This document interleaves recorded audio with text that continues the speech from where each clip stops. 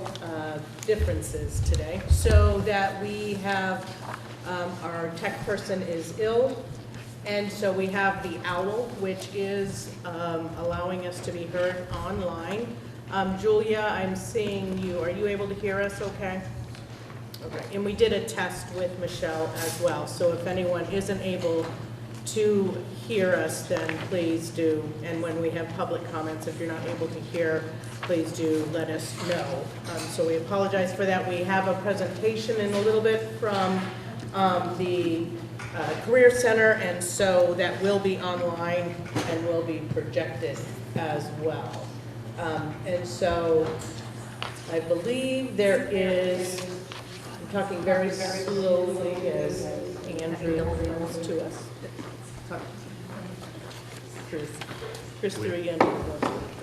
So are there any adjustments to the agenda? Andrew? I have an official request to move the Central Vermont Career Center reports down to the discussion section of the agenda, as Jody Emerson is here to present. So move that down to board operations. Yeah, my apologies, yes. Is there a second? I'll second that. So any other adjustments to the agenda? Not hearing any. All those in favor of the adjusted agenda, say aye. Aye. Aye. Opposed? So ordered. And so now, since the OWL is our microphone, those who would like to make public comments in the room, we would just invite you to come stand closer to the OWL, and we will go from there. And Stephen, I'm thinking if you could be the timekeeper and that. So if you would like to make comments, if you could raise your hand so that I know, and any online as well. So why don't we'll go from the back row on up. Come on.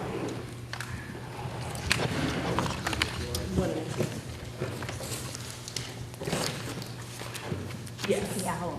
You can back up just a little bit. You don't have to stand right up against it. Yeah. All right. Good evening, members of the board and Stephen. My name is Ann Decker, and I'm here tonight to ask that my full schedule be maintained within the music department for the 26-27 school year. I understand the administration is working to fill a staffing gap in the library due to a teacher receiving a rolling fellowship. While that is a wonderful opportunity for that educator, the current proposal to fill that gap is to assign me a library duty. My originally approved full-time schedule should be maintained to allow direct contact with music students. Furthermore, as the music department head, there was no communication or collaborative effort offered to me about this staffing topic before these plans were put in motion. The superintendent recently approved and U32 announced to our leaders, teachers, and students the launch of a new U32 Performing Arts Academy. The initial proposal to cover the library vacancy was to pull me from directing that very academy. The current fallback plan is to pull me from co-teaching our large middle school band ensembles to cover this library duty. Neither option serves our students. Co-teaching is the closest model we have ever had to offer our young musicians at U32. It allows us to manage large groups while still providing the necessary one-on-one time, small group instruction, and specialized configurations that beginning and intermediate musicians need to develop their skills. Whether the plan cuts the leadership of the new Arts Academy or dismantles the middle school pipeline that feeds into it, the result is the same. It compromises the integrity of a thriving music program. I urge the administration to look for a creative staffing solution for the library that leaves our music department whole and to involve department leadership in these conversations so we can collaboratively deliver on the commitments we just made to our students. Thank you for your time and support.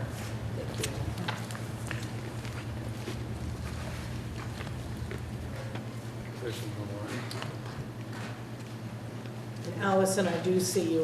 We'll come back to you. We'll get to you next. Thank you.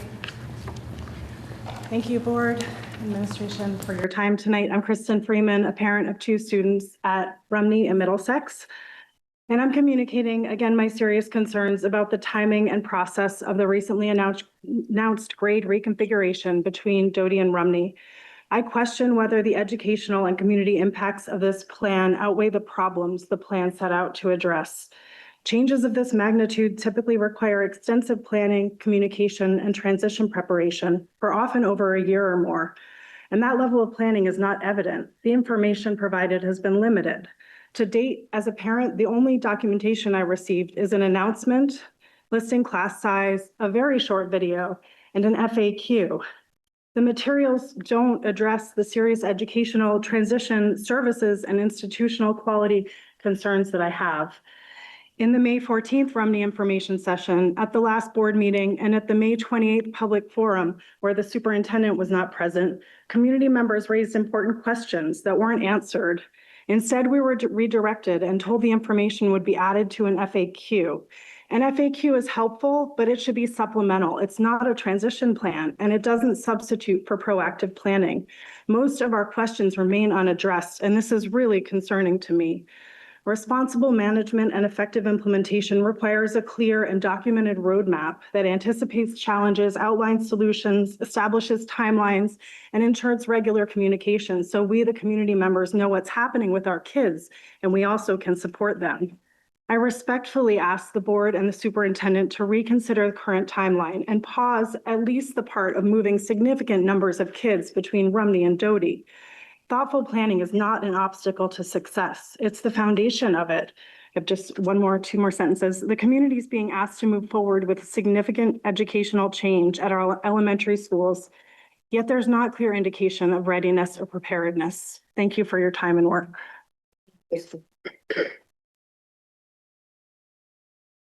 Oh, Allison. Yeah, but Allison had her hand up. Oh, I see. Hi, everyone. My name is Allison Sacadato. I live in East Montpelier. Tonight, I'm asking that you restore Ann Decker's position fully to the music department. What I am not seeing accounted for in the contract's language in tonight's packet is all the high-quality instruction time Ann is providing outside of the classroom. This includes such things as rehearsing with each soloist individually for every musical. For the last musical, there were 10 soloists, playing in the pit of these musicals, and chaperoning a 3-night field trip to all states. Her position is unique in that a lot of the hours of instruction she provides occur outside of her course load. Given these other responsibilities, how could she possibly teach a course load of 6 as one FTE? I fear our district is becoming hostile to teachers. I can think of a few phenomenal teachers who have left in the last couple of years because their work conditions became untenable. I also have concerns that the money awarded by the Rollins Fellowship is not being used appropriately. The principal was quoted in the bridge as stating that the fellowship includes a grant to cover the cost of a substitute teacher for the year. This vacancy should be posted and paid for with the grant awarded as intended.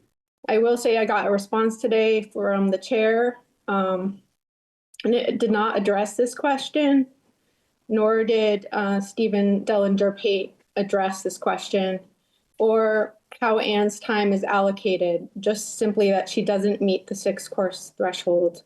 Thank you for your time. Thank you, Allison. Ashley, I'm gonna go to Linda and then I'll come.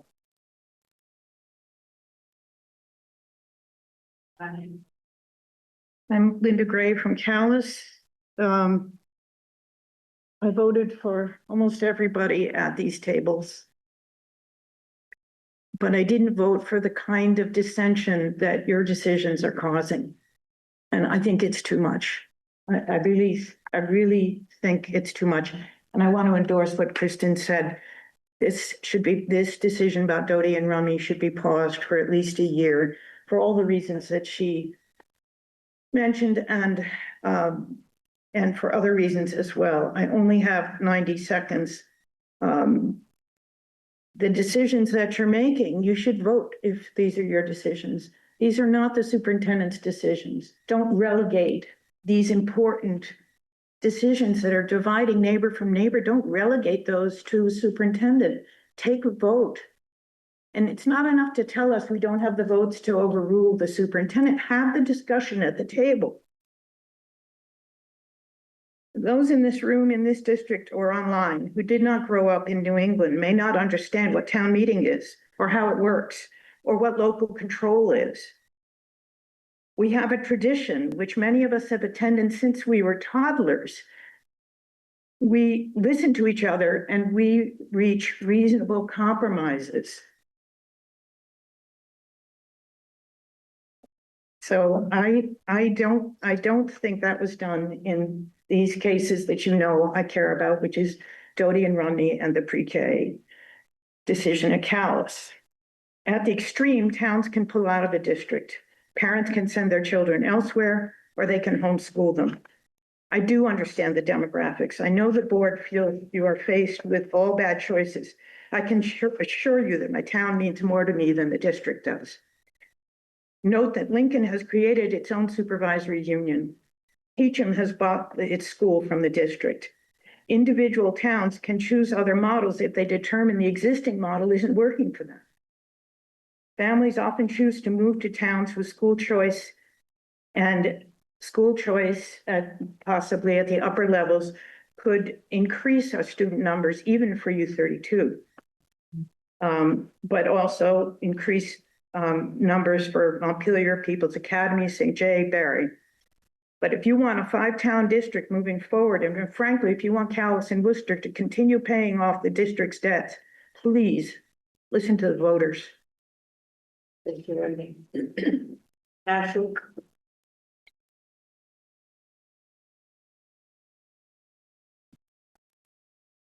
Hi, my name is Ashley Colburn. I am a parent of 4 children currently at Rumney. I have gone to the listening sessions. I have attended one at Doty and one at Rumney, and I've brought up the same concern at both meetings. I echo a lot of what the other folks have said, but there is no transportation plan for these children. I now have 3 children who will be at Rumney who are going to be in 3rd grade and 1 4th grader transitioning into 5th grade. They currently are asked to ride the bus for 50 minutes, and it's documented in the my K through 12 app. We have asked numerous times how busing will work for these children, and the solution that I'm being told is that I pick up my older child, and 20 minutes after the school day ends, I pick up my younger children from Rumney. We're asking these children to stay at school. We're asking teachers to cover time that's not theirs, because it's literally impossible for parents to pick kids up from both schools. In addition, if parents are needing to bus, how are we making that happen? We need a solid plan that shows us. There are multiple days last year that the bus drove by my house after 5 o'clock, that we called the school bus company in panic once because it was 5:15 and our kids still weren't home. We're now asking these buses to come further to drop our kids off and pick our kids up. This is a really important piece, and I'm asking that you delay this transition until this piece is considered. Thank you. Thank you.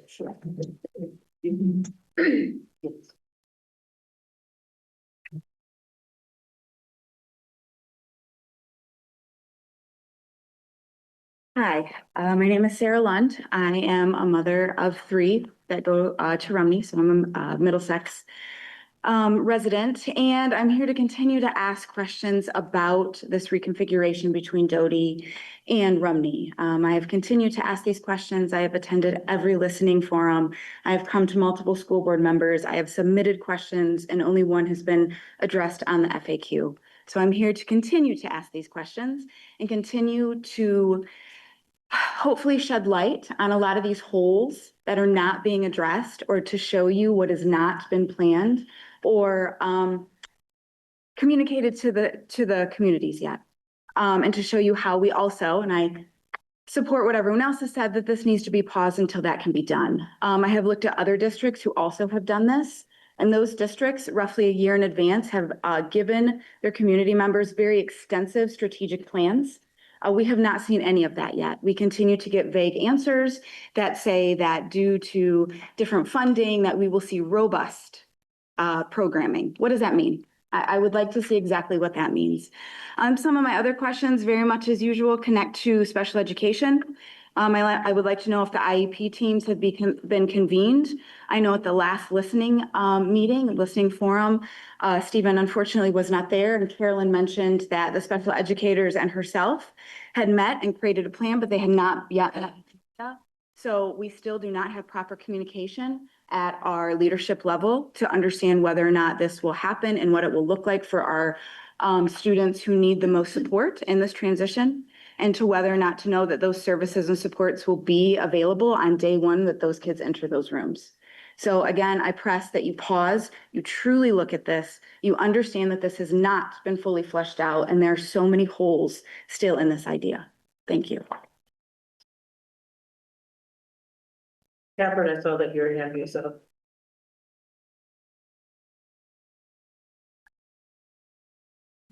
Catherine, are you able to unmute? You're still muted. Here, I apologize. Sometimes I go by Kate, not Catherine, so then I was confused. That said, I've written a couple emails. I've had a lot of conversations. I care. I care about these towns. I grew up here. I intentionally moved back to Middlesex for this community, for my kids to experience a K through 6 elementary experience. It's meaningful to me. Noah Weinstein from Worcester presented a solution, which it was powerful to me because I was so angry when this happened, right? He presented a solution. He was the only one who presented a solution that said, pause parts of this. And I know we've gotten into the legal territory, and I unfortunately feel like that's going to maybe, unless there is further conversation about this and meaningfully, board members, we don't want to go there, but that's the direction that we're heading in. And there was a solution offered. Why can't we please just explore that is all I'm asking. Because I care. I deeply care about the communities. We're all going to see each other around town. This has been incredibly divisive. De fact, even though they said that it wouldn't be, it has already become that. And I don't want that anymore. I don't want to move away. I don't want it to become what it has been. So that's all. Natasha. Thank you. Hello. Also been very vocal. I have 3 requests that I'd like to make on the record. First, I'd like you to pause, as Catherine just said, Kate. This decision was made without community input, without a written plan, and now with a legal response that directly contradicts what this board stated publicly in its last meeting. I feel like we're at a really critical point.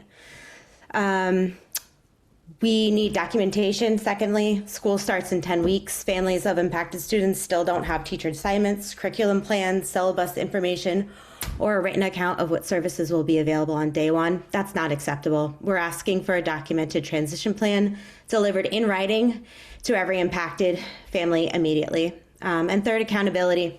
Every commitment has been made on the record: IEP services, transportation, counseling, principal coverage, programming. We need this to be held to and tied to a direct contact. We need a timeline. We need a verification channel. And without that structure, these promises are just words. We've talked a lot about trust. It's built through a system of consistent follow through. And this board is service, it's public services to build that and deliver that to this group of students that's being impacted for their betterment. Thank you. Thank you. Kate, you have your hand still up, but I think it's an old hand. Are there any other public comment? We'll move forward to the next part of the agenda, which is reports, and starting with the superintendent. Yeah, thank you, everybody. So in your packet, I know that you had heard about our music program. I would just take a step back. The Roland Fellowship that we've received is for 2 of our teachers to be engaged in a fellowship for next year that it's a literacy project, so it's a reading project for those kinds of things. We'll give you more. We'll provide a better report on that. They were just trying to finalize some of their work. But we do have a substitute as a part of that work, but we have 2 teachers and that we are covering classes and responsibilities for.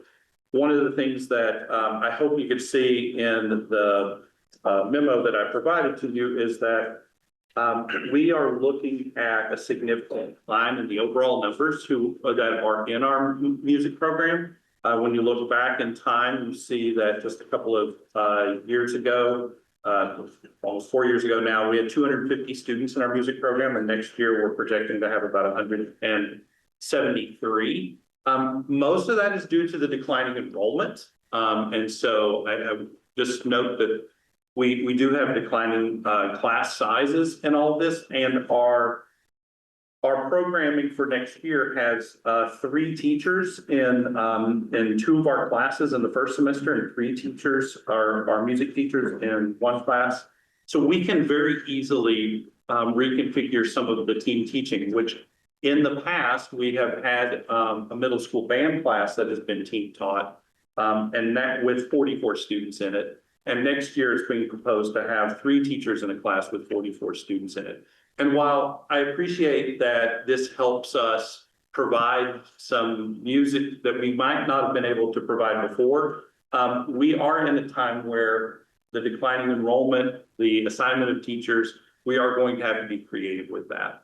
And so when you look at at our overall courses, there are multiple classes that have multiple teachers in them in the music program. And that is a luxury that we can adjust and still have the Arts Academy if we so desire. There are also other teachers in the school that would be assigned to that Arts Academy that have schedules that aren't full. And there are other teachers that have been reassigned to a library duty because they didn't have a full schedule as well. We're in a time period where our class sizes and our availability of teachers are, we have more teachers than we have students in terms of the regular class sizes. The preliminary projection, and we'll do a full class size report next year when we start, preliminary projection is that 75% of the classes at U32 will be below the state minimum class size of 18. And so all this to say, we did make reductions in force at high schools and middle school, and we will continue to have to make those reductions in force based upon those numbers. In that meantime, we do have some additional time available for some of our teachers to do additional duties within the school, and we are going to assign them to some of those duties so that make some of this work. I was just wondering if you had any questions when you looked at this, if it made sense to you, or if there were any questions that you had about the staffing structure. Was it Elizabeth? Yeah, no, you, as long as you speak up, they'll hear you. Yeah. I guess my only question is when I think about the roles of various teachers and their expertise and things like that, and then I hear that a music teacher is going to be in the library. I get it. I do duties and I'm not a teacher, but I guess my question is, why is there a need for library duty? Is there not a librarian that can cover that time frame? Is there specialized things occurring that need that extra support, or is it not extra support? Can you tell me a little bit more about the library duty? Yes, we have 2 librarians right now currently. And so those 2 librarians both manage the library, and they work with teachers in their classes as well. So they do additional teaching with those classes. When we have the roll-in fellowship, one of those 2 librarians won't be available during that time. Mm-hmm. And so what we wanted to make sure is that we had supervision of the library so that we didn't have to close it if the other librarian, the one librarian that we have there, is working with classes or working with other teachers. We're not looking for somebody to be a librarian. That is not our goal with these positions, but just to support the library in terms of supervision so our students can still access that space. Other questions?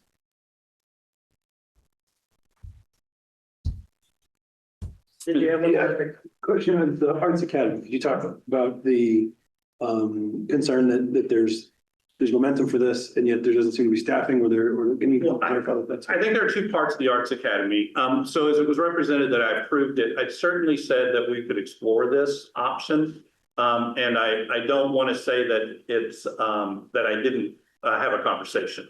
But I would just say that there's a process that we need to go through to make sure, because we're about to shift in the graduation requirements.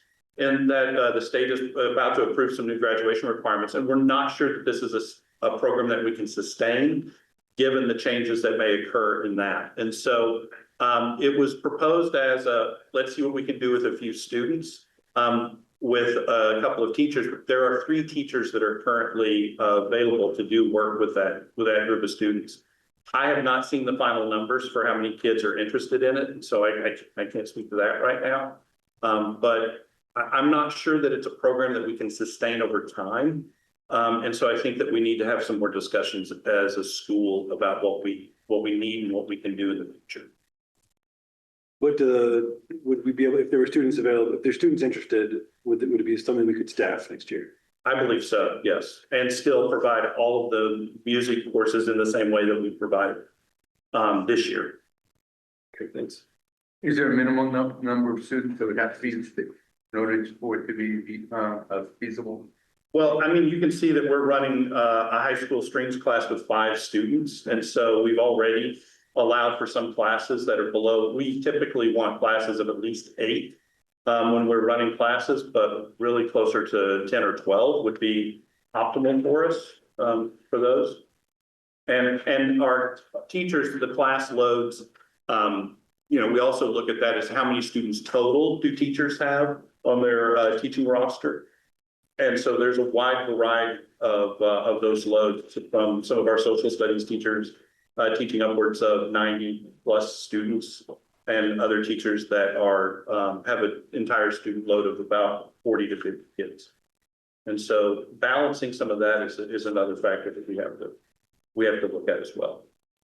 Are all students treated equally in that respect in terms of the type of discipline being taught, or do more require more instruction? Just like I would think of music require more instruction, say social studies course, in terms of the number of students that you can teach at the same time. We don't typically weight students according to which class they're taking as to how much, but I would say that on our typical schedule says that students who need interventions are the ones who have the smaller classes and the more intense, student to teacher ratios that are lower, and that we have other classes in which there are higher student to teacher ratios. And that's just simply because of what you can manage in a classroom and what the students are doing. Other questions?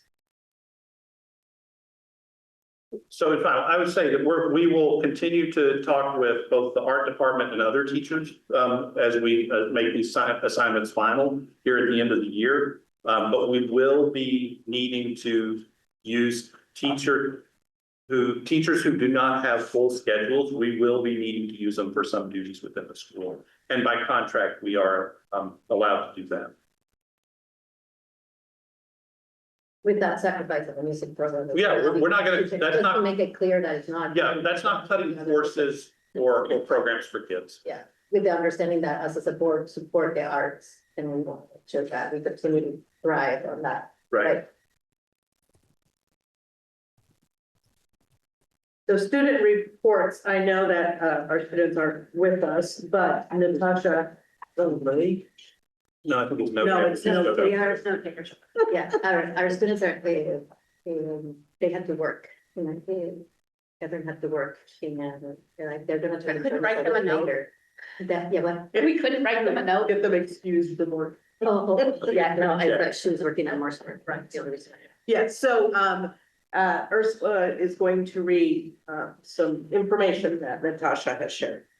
So Natasha is also our middle school and high school track and field coach. And she wrote us a letter, and this is what it says. Many times, we as a board hear about all the great things happening in high school sports. So I wanted to take a chance to highlight the hard work that the middle school track team has done this season. We are a small but mighty group of athletes that continue to grow and excel as the season went on. Every athlete improved their throws or their times at almost every meet. They competed in the cold and the rain and the unrelenting sunshine and heat. The athletes exhibited sportsmanship, teamwork, and compassion and commitment. This past weekend, we competed at the Nathan Suter Middle School State Track Meet. We had 7 boys and 4 girls competing. The girls finished 5th out of 52 teams, and the boys finished 8th out of 52 teams. 9 students made it to the podium and received either a medal or a ribbon. 9 students ran personal bests. 6 students finished in the top 3 in their event. To say I am proud is an understatement.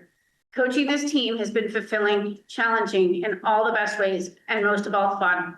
Thank you to Ellen Cook, who was my coach back in the day, for giving her time to co-coach with me. Thank you to the high school coaches for providing additional coaching in the field events. And thank you to all the parents who supported our team throughout the season. So it's tremendous. Yeah. Yeah. All right, so I think we're going to actually flip flop, if that's okay. We'll do the VSBA report first. If that works. Sure. Just like everybody. Yeah, there. Okay, can you hear me okay? Because I'm not always the best at checking my voice. Can you hear me online, Julian? Yes, we can hear you, Flor. All right, great. So as you all know, the legislative session ended May 29th, which was last Friday. The passage of several bills. I'm not going to go through all of the bills, being the yield bill and H 955 that affects us the most. So, but I just to give you an idea, I do want to read some of so EdTech registry, PCBs, mental health literacy in schools, chronic absenteeism, miscellaneous education, scholarship granting organizations, yield and exit spending, budget, education transformation, reference-based pricing, health insurance, pre-kindergarten education in geographically isolated school districts, immigration protocols in schools, fair employment practices, and career technical education. Those are, I just separated some that are also in your update that affects us all, just when you think about, the work that we do. I'm gonna concentrate today in the time sensitive stuff that we need to do as a board. So I have a couple of recommendations. The H 955, as you know, requires us to do the comparative education services areas. So I would like to add to our next board meeting or a separate board meeting, however we wanna do it. So because by September 1st, we have to hire facilitators, but we put out a motion on the update, at the VSBA update that came in yesterday in your packet. It would be important for you to read it, but basically that the board will move to appoint a board member to represent in the group. There's a group number for out here, I think group 7, and we just have to, I think, I can't remember, but we will have those numbers right for the merger committee. And then we also have to appoint a person for the CISA appointment, and that could be a superintendent, a designee from the district, previous board member, or, so we have to do enough time for us. I know that we have to retreat to the leadership at our next meeting, but let's make some time for those 2 items. And then maybe we have time to discuss there's a comparison table for H 955. It hasn't, the updated version is not on the website yet because the government hasn't signed it yet. But as soon as that's signed, we're going to send a new update on Tuesday. That would be a 1-pager with instructions. But these are the 2 very important motions, and I'm going to send them both to you, Stephen, by email. To put up amendment to merger.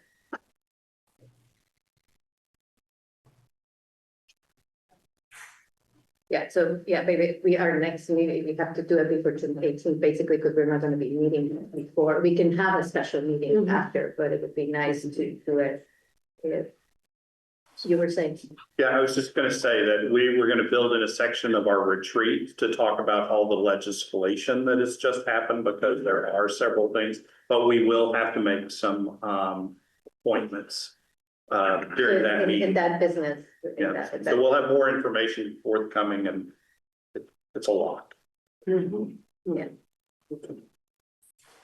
Yeah, so I wrote that little piece that is more about, I think the consideration that we have to have as a board is not, this is my interpretation for our district, right? Not just page 955, is that the work that is going to be involved with the CSAS, studying, coordinating the merging and ultimate transitioning, whatever it is that happens with the CSAS, is the more for sharing services, right? The merger committee is separate. While we're doing that, our schools are asked to absorb, major governance changes. There's a real risk for us to lose momentum. So when we're thinking of pointing, right, like there's a real risk that, for example, the pointer superintendent to unintentionally move away from our progress with our students. So I just want us to carefully consider, how when we're doing those appointments and while we're doing this work, that we're not going to have enough support,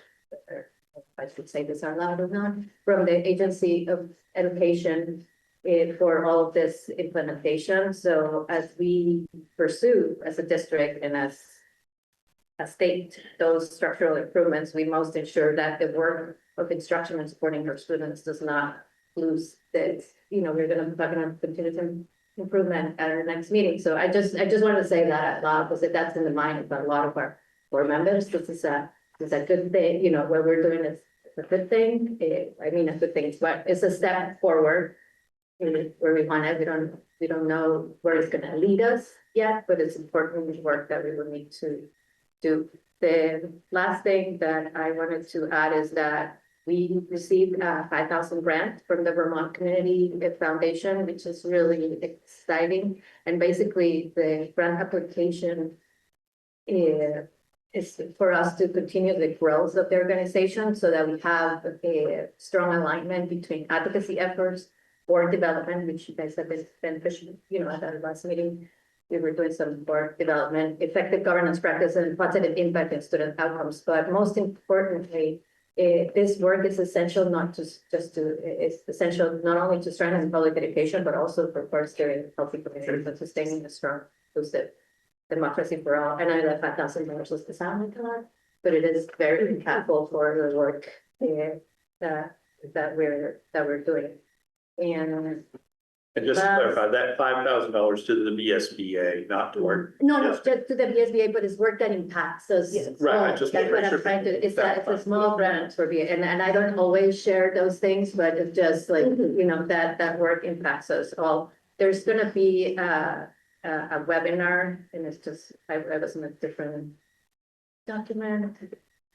There's gonna be a webinar on the 13th, and I'll send it to you guys, but on the impacts of H 955 and 4. So sign up for that webinar. You will get it in your update. It was in the previous update. It will be in the update. Again, it's good if you guys are all following that part. I'm not going to dig into the real bill today. We all talked a little bit about it at the last meeting. I think we should have opportunity to have maybe a specific board meeting to just talk about this. About all of once there's a great timeline in I guess I could share my screen, but they made her name Elizabeth and James made a really great, which is what I've been using as a great table that sort of shows it needs to update it. We're gonna update it at VSBA too. It's hard to see there, but it gives us all the important dates. And for us, that before July 1st, we have to do this appointment. So yeah, the context is, as we know, has been changing throughout with the legislature. They've landed on these things. We know there are these tight timelines. It's really about that. That's what, when Stephen and I have been discussing what that leadership retreat looks like, that meshes into it. That and what Suzanne has been saying to us for years about really understanding that budget process all year round. And so these are those impacts. The yield bill has that impact. These mergers, these CSAs, all of that has an impact. And so we will definitely be diving into what that context is, what it means for us, and how we stay true to who we are as we move. One last thing, I had the date wrong. It's June 18th. that was the thing, but it's June 18th where we're gonna be doing a wrap of all of the legislative session. Well, first of all, thanks, and also, can you send that infographic to the board so we can all take a It's look? not updated, so it's my only hesitation, we would have it updated, because there were some changes that were done in the conference committee, but I can send it with that, and I'll put a note there. Great. I guess the other question I had was, my understanding is the CISAs have been defined geographically. The merger conversations, it's not dictated to us who we have merger conversations with, correct? So how are you able? It is. So there Yeah. are, there's a required zone and then there's adjacent zone. That you can, that others can join with. So the zone that we sit in is group 20, and group 20 is Harwood, Montpelier, us, Payne Mountain, which is Northfield, Williamstown, and Barry. And that's our group. That's the required group. That's the required group that we have to make a good faith effort in having a merger study with. We don't necessarily have to merge with all of those schools, but out of that conversation, because we are less than 2,000 students, we have to have a good faith conversation about increasing the size of our district over 2,000. Can you run that list again? So it's Harwood, Montpelier, Washington Central, Payne Mountain, which is Northfield and Williamstown, and Barry is our group. Now, any adjacent district to us as well can also ask to be a part of those conversations as well. Chris and then Zach and then. Is there a rough estimate of how many students are in that grouping? That grouping, I think, is close to 5,000 for that grouping. About 4, yeah. Yeah. Zach. Recognizing that we had some conversations with Twinfield, and I think they're in a group that's oriented towards St. J. Do we have, let's say, we would want them to come in, or we've talked to them about coming in, or is that really on them to say we would want to come in with this group that's adjacent? So there's a facilitator that's going to be hired essentially for each one of these groups, and I think they would be contacting that person. As there's still there's some details to work out on that, I'm sure. Patrick. Is there 100% overlap in the CISA groupings with, and so we're setting ourselves up for doing the work to try and share some things, and then talking to completely different people about merging districts. That's the structure. So there is overlap for us in that the CISA covers a much greater area, but includes all of those same schools. Okay. The CISAs are supposed to look at using shared services for transportation, right, business administration, special education, facilities, and professional development. It's what they're supposed to look at. And so should we stay inside that? Can we stay inside that CISA boundary for all of our conversations and satisfy the law? So the CISA, I would say, hold tight, because the CISA boundary runs from Lamoille North. I don't mean the whole thing. I just mean like, yeah. Can we keep our conversations within that group? That'll be up for us to decide. And then, I don't know if you've seen the updated table, Stephen, because for the merger committee, we are group 18. And because they have update, that's what I'm hesitating on even giving numbers, because we haven't been able to compile what the conference committee changed, but what I have from the conference committee that did change. So we're group 18, and that's very unified school for the merger committee, not the CISA. That's a very unified school district, Harvard unified, like Stephen was saying, but it's and then Montpelier, Roxbury, like Stephen said, Payne Mountain, but they added Springfield Unified School District to us, and Washington Central. In fact, so it's a much smaller, but that's our merger committee, which would be appointing a board member to that merger committee. And then the CSAS is the larger one, but they made, so that's what I'm like, they're gonna, when he signs the bill, and we know that that's the final language, and it's supposed to happen within this week. So we should have enough information. Sorry. That's okay. No, I think Zach's question covered mine. I have a wondering from what Patrick said, right? Because that CISA area is enormous. We have to make a good faith effort within that area, or they want you trying to cover. So, Yeah, so I would say what I'm reading from the two of you is for us to wait until we have more detailed information. we'll get it. And we can dig into it and see that Venn diagram of what makes sense and how to move forward. Because there's a lot of moving parts in and we have to be able to shift our lens when we talk merger and when we talk CISA. Yeah. Seesaw, sorry. And that's okay, Diane. I think that's the main differentiation. So think about CISA as larger, we're, sharing services, a large the services that Stephen just described, transportation, professional development, and that is more operational, right? And think about the merger committee as governance, and that's more local. And it's much smaller. They put us in a smaller group, and we are about, it's a little less than 1,000 actually in the new group.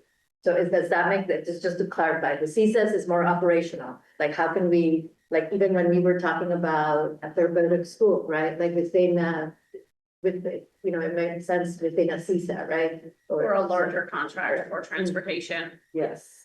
You get fine. In serious. Yeah, I was just worried that like we'd have some outlier in one conversation and not another. But it Yeah, seemed and that- some SUs, it's a lot more complicated. We are in a, for us, it's not that bad. We have some SUs that have to send 5 member people. Yeah. They're in different merger committees. Right. I mean, different CSAs. So it's a lot more complicated. So we don't have it as complicated as in some ways. It's gonna be, but this is gonna be important data, right? I know that people feel like this is an extra governance, but we need this data for them to also understand the impact that it's gonna have. The savings that are not gonna be there unless we really address the. Yes, so that was. But that's what That will be initial beginning conversations with some decisions. I think. Are you all set? Well, I'm all set. Okay.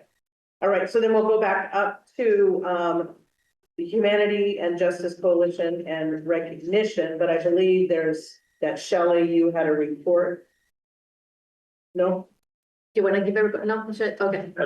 Okay, I thought you were saying. All right, so then, Some words. yes, so Flora has some words and Stephen I have a has some couple words. You want me to go first? You should go first. So Shelley, Yes. can you come join us? You can come sit. I won't make you stand in front of us. I'll sit by the. So what I can't remember is how many years ago you and Lucinda came to my office when you envisioned this process. And Jody Sophia, so. Was Jody? Yeah, Jody was, that's right. Jody and I were causing trouble in the hallway. Yeah. It's nice that you're here for this. 2019. Certain sweatshirts. So 2019, and so I just want to say that when Shelley showed up and started talking about the equity work, I will say that I had no idea where this would take us, and I had no idea really what a great asset and resource that you would be for our district. And I want to say that you have challenged our district to think about things in new ways.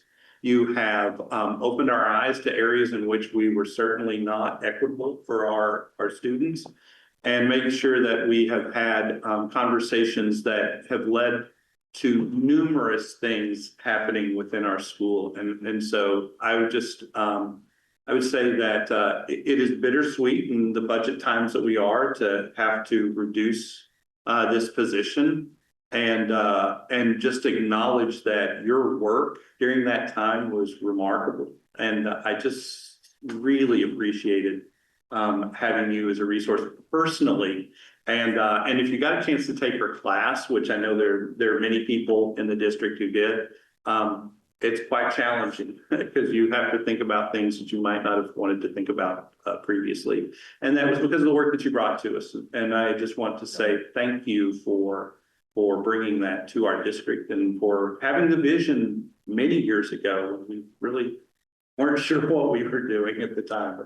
But that was pre-COVID, wasn't it? Yeah. Oh my gosh.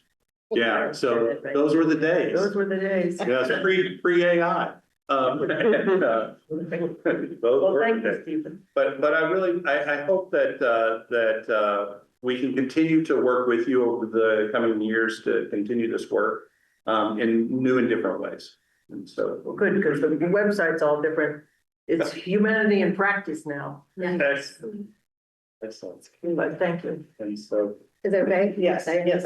So I just want, and I'm gonna try to keep it together. So I think that there was moments in life of a school district when a partnership really transcends a typical contract, right? When we hire you and when, actually you, Cinda, because at the beginning we were not hiring you directly and we started to talk truth to power, which is what we wanted you to do. Your presence as our Humanities and Practice Scholar residence has been exactly that for Washington Central, the heartbeat of our community.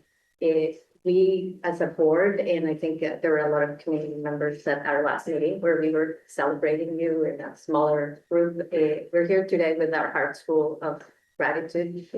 Shelley, when we look at the data, I look back at the data, the report that you and Lucinda gave us, which was a survey that everybody filled out. There were, at least 18, if not more. I wish we had all that displayed. District-wide initiatives. There were at least, I don't even know, like 900 meetings, 700 meetings between, you were always helping us, whether it was to write a piece, to send out, always there to consult with us. And there were 300 complex dilemmas, which I would say like 300,000 complex dilemmas, depending on where you were. And you were so willing to do it district-wide, which I know that at the beginning it was daunting, but you were able to plant a seed at our elementary schools too. But beneath all of those numbers that I'm mentioning is just that amazing legacy of dignity and healing and showing us different ways to speak and understand each other and talk about very complex issues.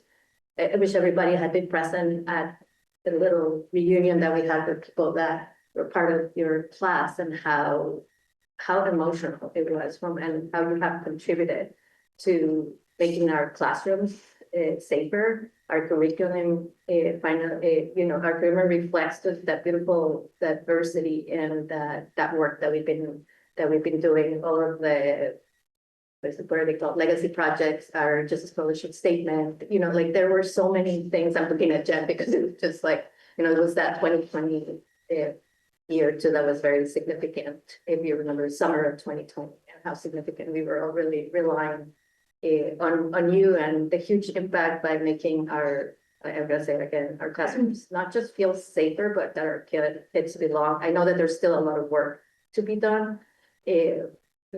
And then last, I will say that thank you for your tireless dedication, your fierce advocacy, your voice, but most importantly, your heart. And thank you to the Liberatory Innovation, to the Sindano for sharing you with us. And that's, and I say able to keep my cool. And then if Chair would allow it, when we had our last meeting, we all read different readings that we always different pieces that meant something when we took Shelley's class, and everybody read something that was not necessarily what they had come up and had to pick a line. And at the last meeting, I couldn't important that because I didn't have it. I didn't have it with me. So it's a very short poem from that. Is that okay? Of course. Okay, so capacity, I don't know how to break. I think about my dad. I would project, but capacity to transform, listening to each other deeply and accepting each other whole. Who is this nation for? Colorblind racism damaging. Colorblind rhetoric invokes zero-sum logic of racism. Democracy requires dispute. Society only improves when people do the difficult thing. Holding change can be sacred work. Layering the earth and community hold us. Who is this nation for? Where do the borders of belonging begin and end? Superficial commitment to principles of anti-discrimination. Questioning is a habit we should cultivate. Hold people accountable for wrongdoing, remain and in touch with their humanity. Society improves only when citizens did the difficult thing. Questioning is a habit we should cultivate. Where do the borders of belonging begin? And then I'm still returning. So everybody, so it's not like that full form farm, you know what I mean, like everybody did a line and then collect the line, so it made. Just, that's it. Thank you, Laura. Yes.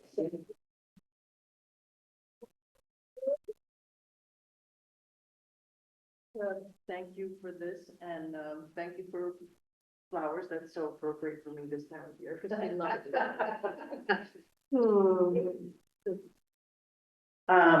We've planted a lot of seeds. We've done it collaboratively. I couldn't have done anything without any of you, and especially the people who joined the class, who were willing to take the challenge, who were willing to look at things they haven't looked at, open their hearts, open their minds. So I'm grateful for all of that, and I want to say it's the best damn job I've ever had in my life. And it's to all of you that I'm grateful, and I do hope we get to work together, because there's a lot of work to do. So I hear, you can't get the TAs to do everything. So thank you very much, and you've got complicated things ahead. May we do it with mercy and kindness and grace, and we'll figure it out. Thank you. Thank you.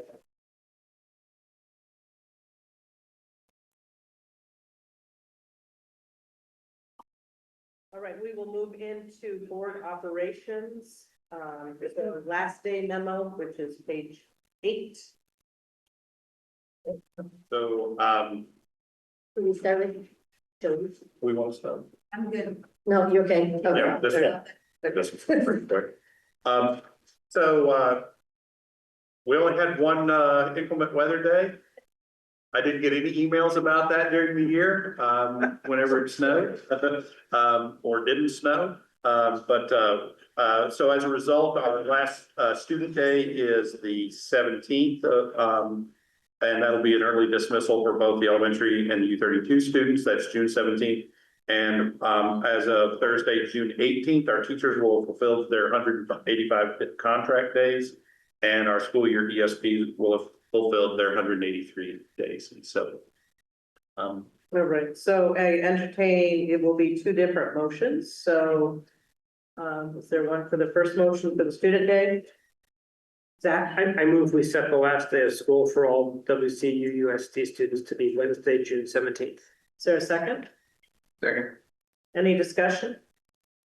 All those in favor say aye. Aye. Opposed? So ordered. And then the second recommendation for employees. I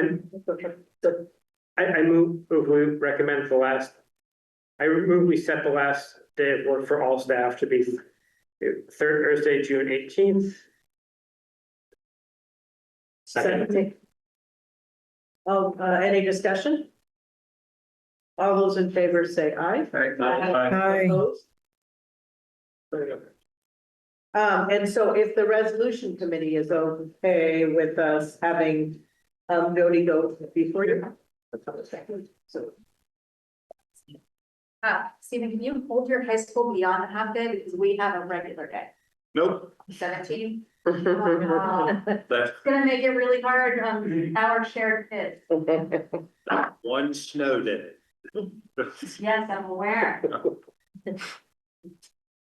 So Julia gave me this thing and I tried it out, I don't know if you saw, and it's not working, but guess what? It wasn't on. Oh. So, it might work now. If you're here at the table, you should already have this presentation. I apologize, the page numbers may not be accurate. If you're online, I think Stephen is sharing it. Yes. And anyone out here, I did leave some copies up there if you would like them, but it's also gonna be up here. Okay, orders. And can you hear Jody online all right? Julia? I tried to project. Yes. Okay. Okay, Thank you. but I Thank you. can't read the screen. Yeah, so hopefully, I think this is not the first time I've been in front of your board, and it's not the first time that you've heard that we have more students applying to us than we have space for. We have filled every single room we have next year, and the capacity that we have is 241, and that is expanding with co-op. So we have accepted 231 students in for next year, and we still have third round to go. So we will likely be very close to that 241. We do have transitions that happen over the summer. We had several students that we accepted and then we had wait lists. And we've actually in some programs gone through the wait list already because some students changed their mind. So that happens. And so we're going through that process right now. But we do have several programs that are full with very long wait lists. And they tend to be the construction trades, automotive, medical professions. Those are the biggest ones. Cosmetology also has a pretty strong wait list. And what I saw this year when we looked at data a few different ways is exploratory. As we could have 2 exploratory classes this year because the number of students that want to get into that 9th and 10th grade program, and then the wait list we have is enough for another program. So that is one of the things that we're going to need to expand. We have the 3rd highest growth of all of the 17 CTEs in the state over the last few years.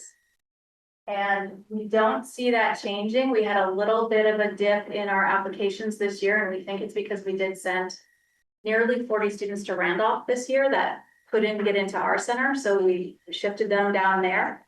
And we did allow them to continue there if they were being successful. We didn't make them apply to us first, which is generally the rule. They have to be basically waitlisted or denied from us to apply elsewhere. But if they were already finding success in Randolph, we didn't want to pull them out of that. We think some of that is because of that piece, but there's also likely some ebbs and flows. So on this slide, you can see the application data that we have and the enrollment data we have for the last few years. As you know, I was at a forum, it wasn't here, I think it was maybe East Montpelier in the fall to talk about our bond vote, and that happened last November. And the goal was to build a standalone campus at that time to help expand access for students. Access to CTE is something the legislature talked a lot about this year. They want every student to have genuine access. I can tell you in our region, we don't have space for every student currently to have genuine access to CTE.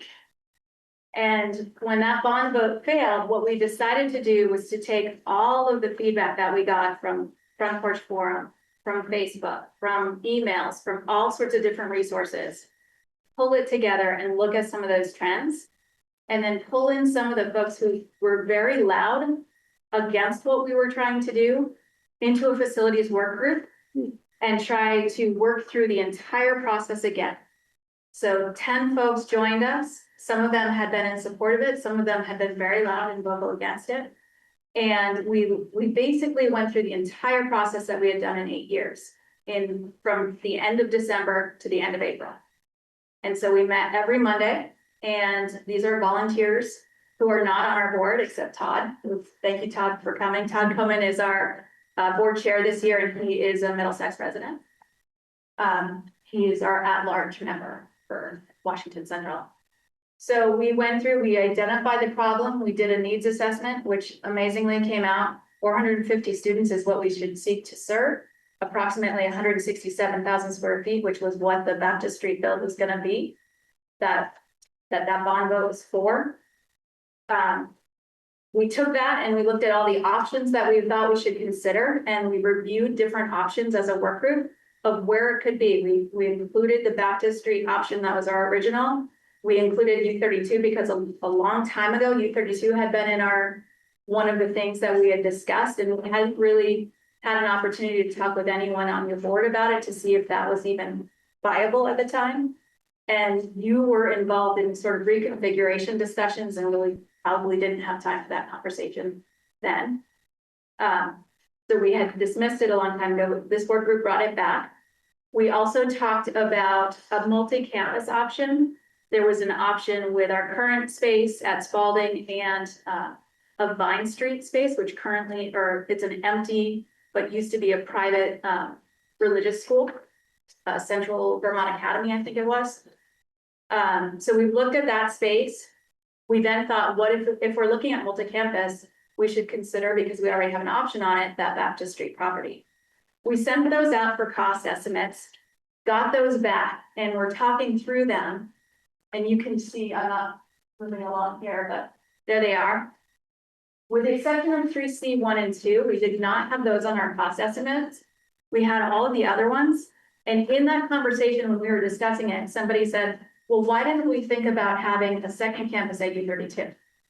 Doesn't it make sense if the legislature is talking about comprehensive high schools to have the opportunity for 2 of our high schools in central Vermont to be those comprehensive high schools?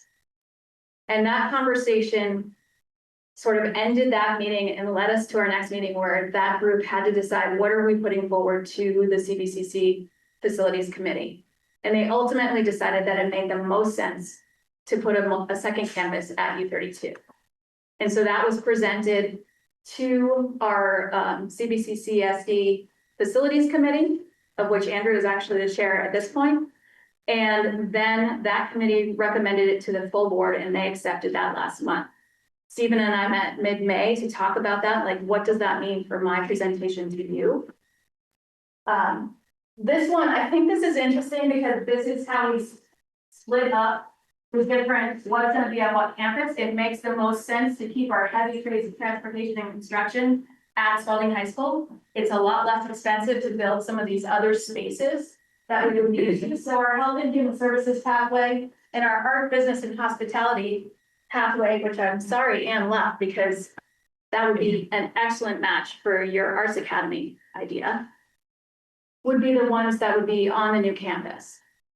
If at some point in the discussions that happen between the merger committees and the CISAs, there's a regional high school that's developed at U32, which isn't on Blushstone, by the way, Montpelier and Spalding both are, then we could expand the rest of the campus there to have the full CTE center there, along with that regional high school.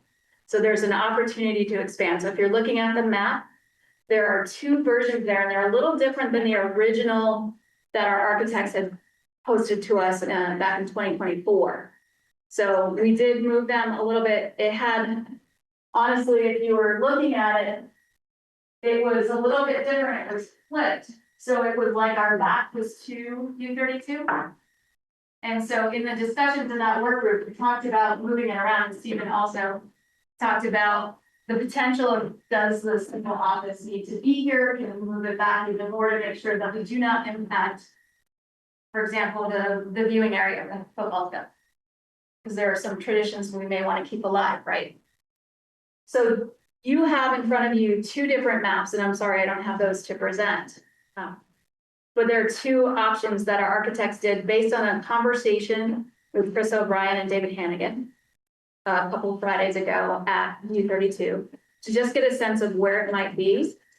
This does not have to be the situation, but what I need to know from all of you is this something you would like to consider?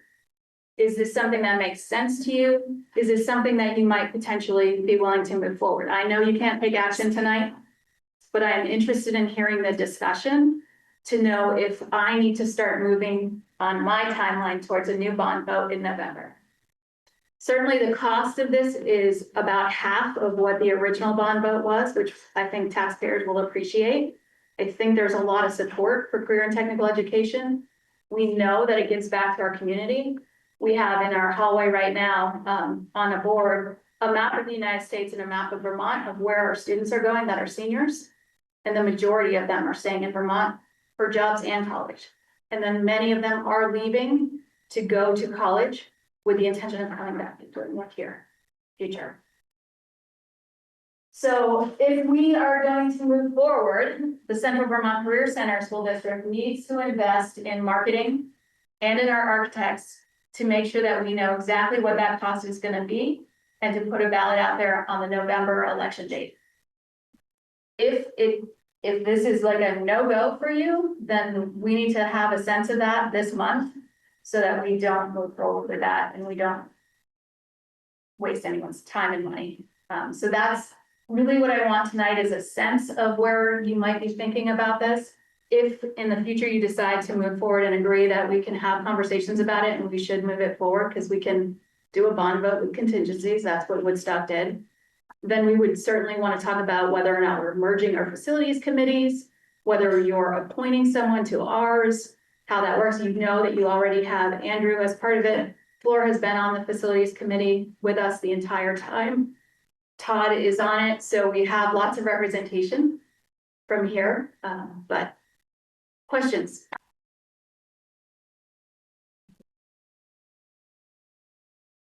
Questions? Did I miss anything, Todd? Collaborative process. Yes. Yes. In the past and in the future, yes. Yes. So, go ahead. Yeah, a question, Jody, this might be in the weeds, so apologize, but, did you architect, explore an attached career center, and where, you know, you would have to build that wall if there's attached to the, right, is there a way to do that to E32, or must it be attached built? We did not explore it.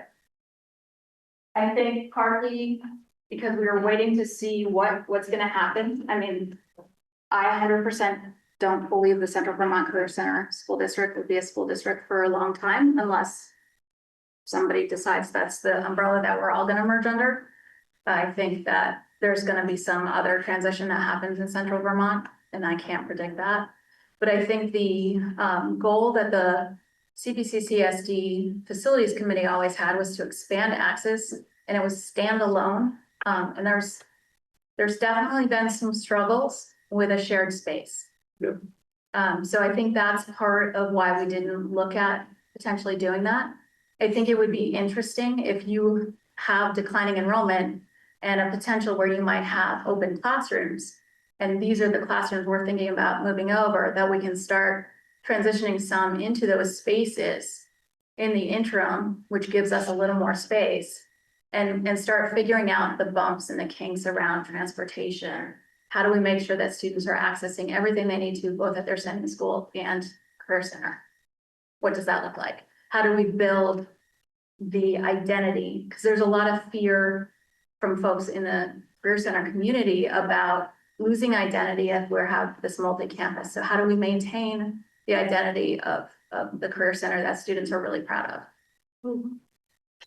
Is this a multi-campus design with part being at U32? Yes, so we would have 2 pathways of programming at Spalding and 2 pathways of programming at U32. I think that would be something that we would need to talk about in the CISA and the merger conversations around how to make sure that students are accessing what they want to. Especially if we're trying to get as many students as possible accessing CTE if they're interested. And with this diagram, you have looks like the new CC building in white is a certain date. And then the other building I look at is Yes, future edition. Is it- future addition if U32 were to become the regional high school. Okay, oh, so that's contingent on that development.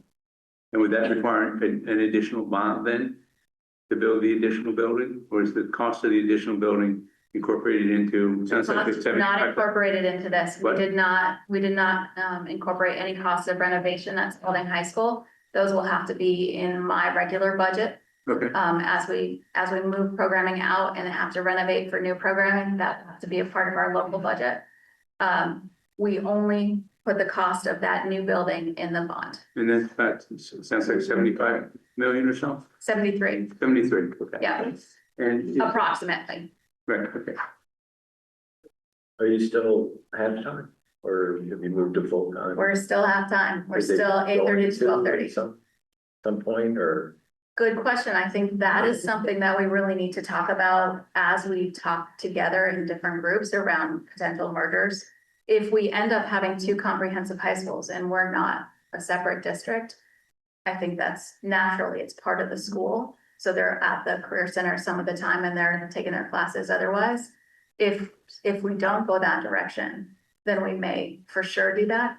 But I think one of the barriers to going full-time the way that I anticipated it when you worked with us was that we weren't thinking about trying to get middle school students in, and the conversations at the legislature are earlier access and of course more students accessing. And so we may have to not take on those academics in that way, but really focus in on the programming and how do we get more students through at different times of the day. Good questions. Other questions? Anyway. No, so the what additional capacity does this building give for students, number of students? I'm trying to think if I have, pull up my list again. So it's a 61,000 square feet is that building, right? And so it would have two pathways. Let me kind of steal that page right there.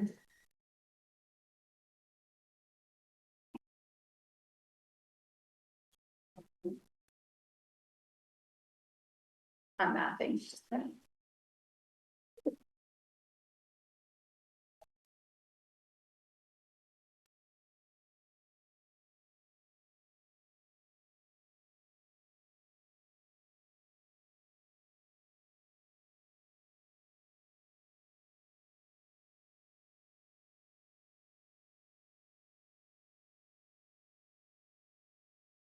Almost 200 students. An additional 200. Yeah. Okay. And is the, looks like you're dedicating certain programs, small and certain to this new area. And are the programs dedicated here the ones that have waiting lists, or is that open to falling if they're? Some of both. Yeah. Okay. Yep. Really, the ones that we're keeping at Spalding, we're keeping there because they are the most expensive to create. Okay. So to create a welding classroom, we just spent $500,000 to create one. So creating a whole new building to do that and pulling it out of there doesn't necessarily make sense right now. So we're trying to demonstrate that we heard what folks said, that the 149 million was too much, that they couldn't do it, and still find a way to expand access. Would this be a stepping stone toward creating a self-contained school as opposed to students who now go back and forth, I think, between U32 and to? I think we've given up that idea of self-contained. Okay. I think based on the conversations at the state level, it really doesn't make sense. And so I think we've given up on that piece and thought about how might we be more collaborative with our sending schools in allowing more students to be able to access, and how might students be able to shift back and forth? I think the conversation that's going to have to happen between our sending schools and the two locations, if that's what we move into, are going to be around, can a student choose to go here? What agreements can we make to allow students to choose the pathway that meets their professional goals, their needs, their interests? I think one of the struggles that we've seen in Vermont is that students' engagement has gone down, and we're seeing the graduation rates have gone down too. That's not true with CTE. And so if we can find ways to get students access, even if it's not a full program where they're getting that full piece, but parts of it, then we're going to see that engagement rise, and we're going to see those graduation rates rise as well. Are there other questions before Chris goes on? Yeah, I am excited about this. I think that one of the things we're hearing from our community and feeling from our state is that change is hard. And that I really do believe this, that things should happen in phases. So I really liked the idea of bringing kind of a satellite model to come in and kind of see how that goes. I guess my only question would be, obviously we're two different boards, right? And I think it would be really important for me to understand what plans or discussions have been around how you would collaborate with this board to make sure that the things that are happening are at minimal aligned with our values and aren't contradictory to the work that we're trying to do as well. Because I think that the partnership would be great. But I do think that there needs to be a lot of really intentional collaboration, as well as a very clear plan, and hopefully phasing into change. Yeah, I'm not sure if we, again, would need to, for our facilities committees to meet jointly, or if an appointment of perhaps your facilities director and another board member would help.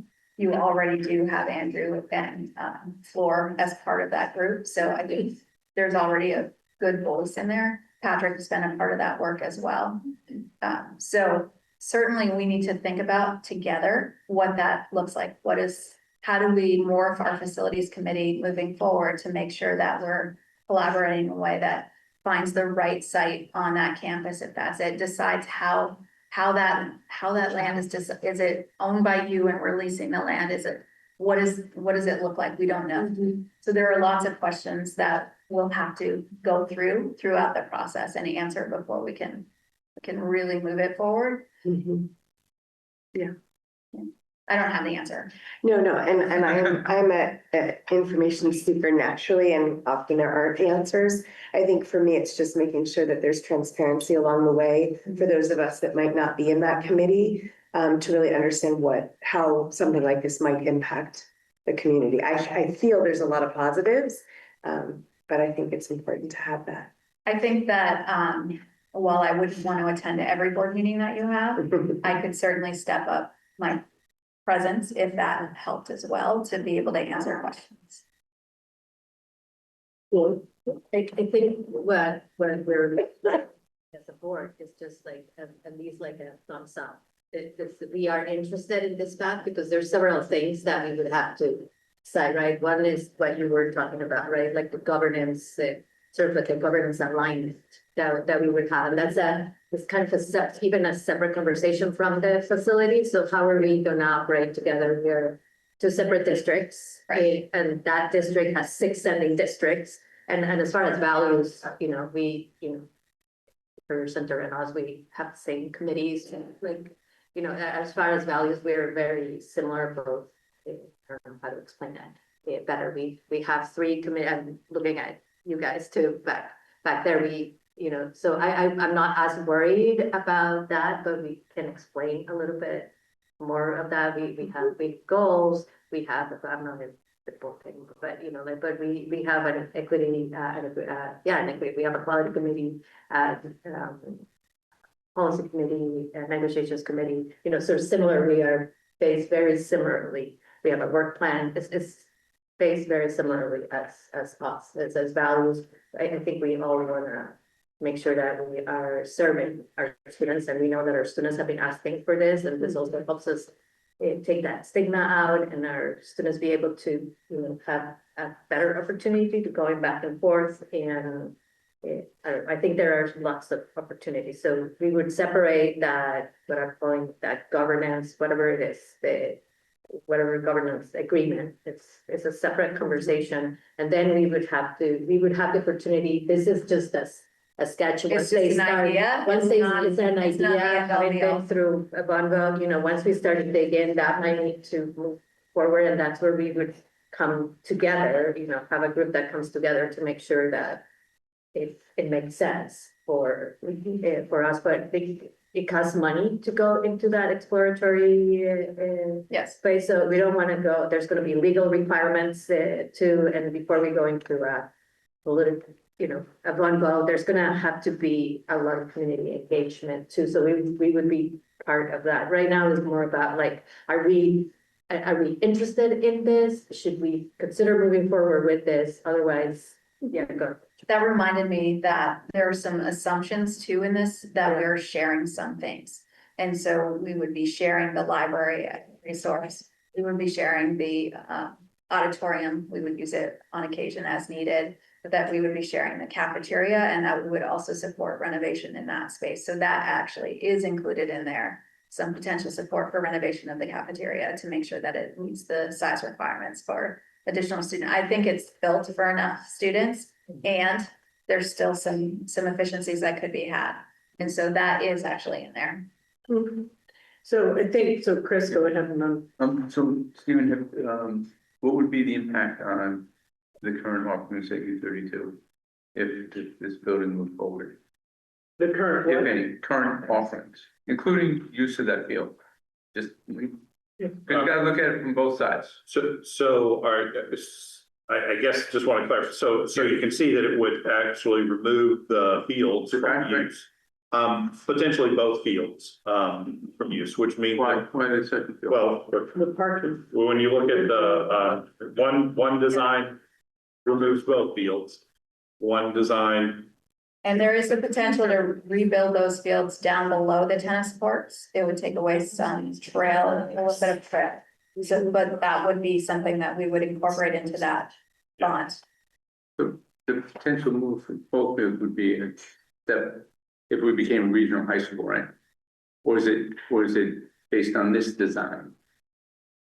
Because I understood the potential future building would be if there was a regional. I would just start, so there are a lot of site considerations, so just physical site, and there's still a lot of planning to be done around that. Like she said, these are sketches. And so we would want to preserve the ability to keep our programs, our athletic programs and all that, particularly because these are other students who could participate as well, depending on how all the structures end up. In terms of programming, like class programming and all of that, we already have a sizable number of kids who engage in the CTE programs, both at Central Vermont and at Randolph.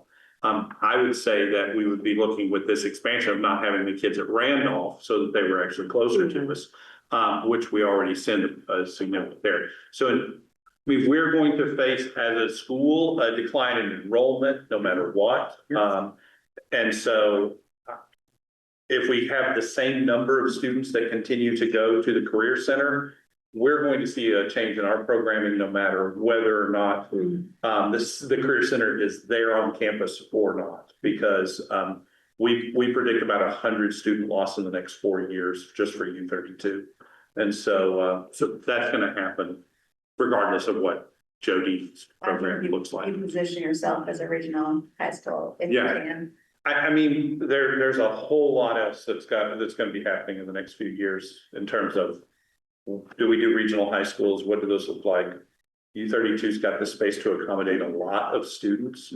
And we don't have a lot of students in the building. So I think what we need right now is a sense of, does anyone object to us, potentially moving forward with this? If there's no objection, then what I would say that what we would need at our next meeting is a clearer understanding of, if we agree and vote to move forward, these are the things, such as we're agreeing to exploring what a shared space is. We're agreeing to potentially merging our committees and that. So just very clear, specific, so that we know what we're agreeing to as we move forward. I don't see anyone objecting to having that. When's your next meeting? 17th.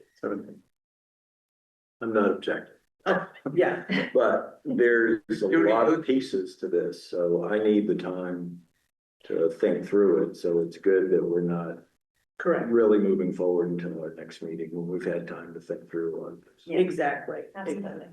And I'm sorry, go I ahead. cannot attend the next meeting. It is our end of year awards and I will be facilitating that. So I will send the information to both of you if that works. Yeah, appreciate. Yeah.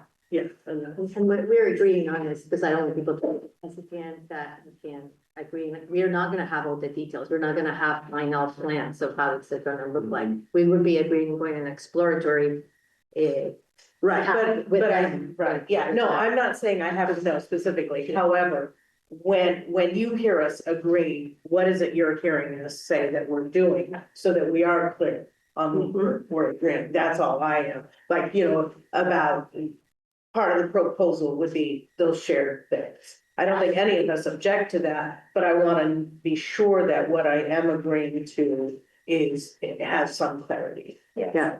I would definitely want you to think about who might be a part of that work, because although the rest of our board doesn't meet in July, the facilities committee will need to keep going, because there is plenty of work to do if we're going to gear up for another November ballot. So whoever decides that they want to be a part of that work and collaborate with us needs to know that there are going to be some July meetings. And so some of that, even the specifics around that, so we can commit. Also, what's the potential ballpark cost of that exploratory, just so, again, so that we have an understanding. As best we can. Chris, did you have another? No, thank you. An ending question? So the costs would be incurred by us, except for we might both have a little bit of legal cost around looking at a document around the land, whatever we're saying we're doing with that, whether it belongs to you and we lease it, or is something you decide to sell to us, or however that collaboration ends up, that would require a legal document, for both boards would have that cost.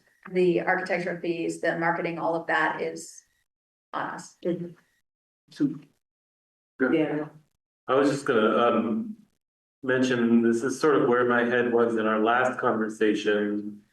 And this is really helpful what you shared, Jody, and I think maybe I had trouble articulating it, and I'll probably still have trouble articulating it, but I do think that we need to understand, you know, if it seems to make sense long-term for all of the Career Center to be in one place. And this sort of sets us on that course. And it also assumes that we're a regional high school simultaneously.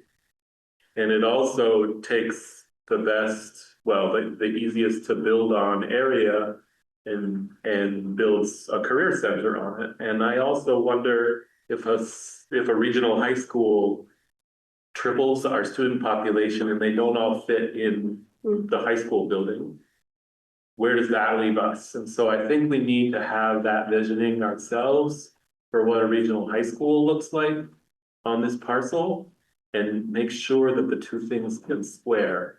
Because if you have one conversation over here and you talk about having the other conversation way over here and the twain don't meet, it's a problem, I think, especially if, you know, if it's 5 years down the road and $80 million has been sunk. I love the plan. I want the career center there, to be clear, and I'm excited about it. I just think that those conversations have to be brought into the same room at some point. All right, so that being said, let's move on. Thank you all. Thanks, Thank you Jody. very much. The next part is the resolution discussion. So we distributed the proposed resolution. It is largely the same as what we talked through at the last meeting. You know, I'm trying to remember if there was anything that I added that I didn't speak to.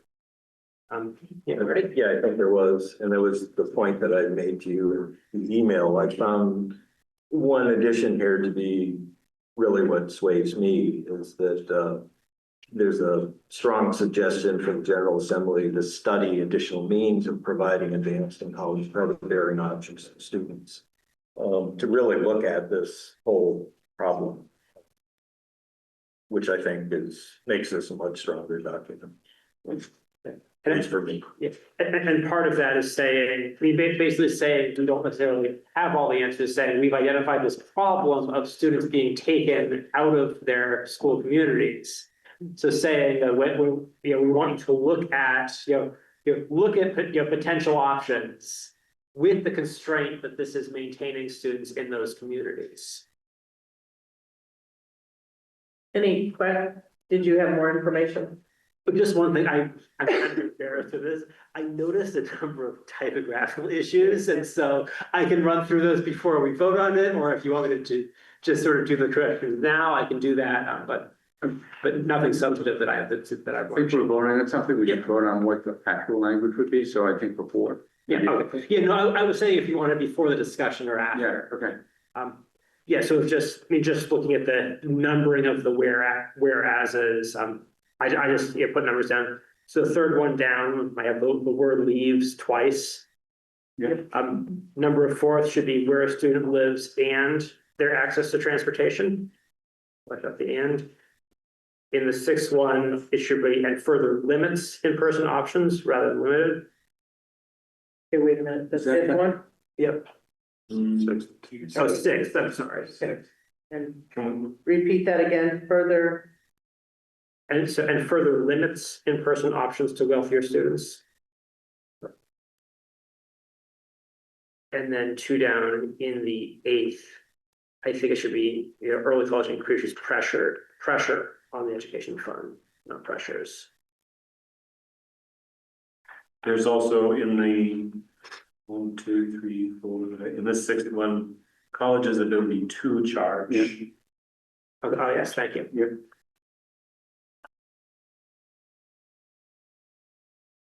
Apologies for the editing on the fly.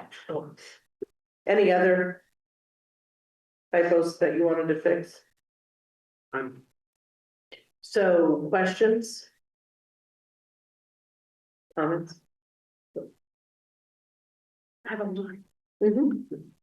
I am concerned that there were a few people who brought up the idea that just asking for a end the program without a study of all equity factors, whereas this concentrates very much on economically disadvantaged families only, and doesn't touch on any of the other equity indicators. I know Patrick at the last meeting had brought up gender, which we found, but I mean, keeping in mind, the state's equity info is very new. They probably have a year's worth of data. We have a year's worth of data at this point, so we have an equity point. We don't have a trend, but we definitely saw differences in gender, in disability, in economic disabilities, or economic disadvantages in multiple equity indicators, whereas this concentrates solely on economic disadvantage. Number 6, your sentence that says has undercut the promise that this education will be free to the students and further limits the in-person options to wealthier students. By law, 16 VSA 946, it's 87% of the base education amount, which is essentially tuition that is covered. There was no promise that it would be free. So I think we need to be mindful that we're not making false statements in it. I'm willing to yield to other people. No, you keep going. No, but I was trying to make a note. Yeah. Okay. You go. On number 2, the last part where it says less vibrant is a fairly subjective description. And it essentially implies that small schools, small communities are less vibrant, and that is really influenced by other factors. And it's something that was brought up with this year's senior class, making a very concerted effort to grow their community, not just not go to early college, but to find a way to intentionally grow their community at the school to make it more vibrant. Even my daughter, who graduated last year, noticed the difference between her class and this year's class. And I think it was the intentionality of the students working to grow their community, not necessarily skipping out. We did not see in any of the data that was given to us, which is collected by student input, that they were choosing not to go to early college to keep the school vibrant. They were there. It's the same factors, right? Cost, driving. Maybe they were already, some people chose because they were. You have a question? I mean, I'm just trying to think of it because we heard students, information from students saying basically they wanted to have a senior year. Some students choose not to engage in early college for that, yes. Yeah, and I feel like that. I feel like a lot of that was about really intentionally trying to build. You talk about like being intentionally trying to build a community. That almost says to me the students are saying, we need this to have a vibrant community. Well, I would add also that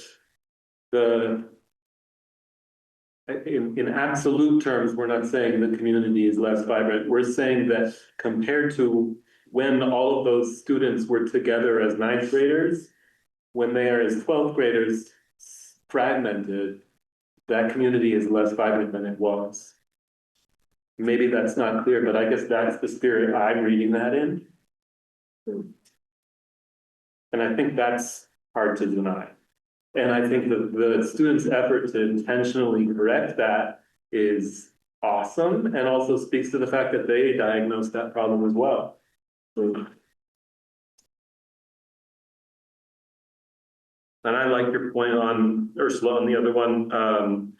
I would suggest we would change it to their college's ability to charge additional fees borne by the students and their families has undercut the economic advantage to the student, rather than any reference to a promise that it would be free.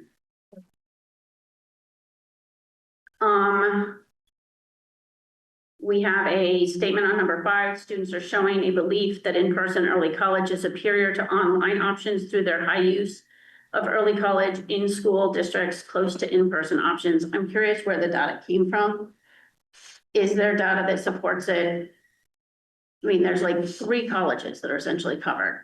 under the state law. Yeah, and when you, so there is a report the state put that is actually about dual enrollment, but it has some data on early college. And when you look at it, there are some really distinct enrollment bulges around Norwich and around Castleton. Is that the report you had shared earlier with me, Daniel? I don't believe so. And then I was concerned on number 3, where we essentially pit early college against AP classes. And affecting just AP classes. It affects all of our class sizes. But we deliberately set up an AP versus early college. I still am of a belief that we need to ask for them to study the equity data, which is what I shared at the last meeting.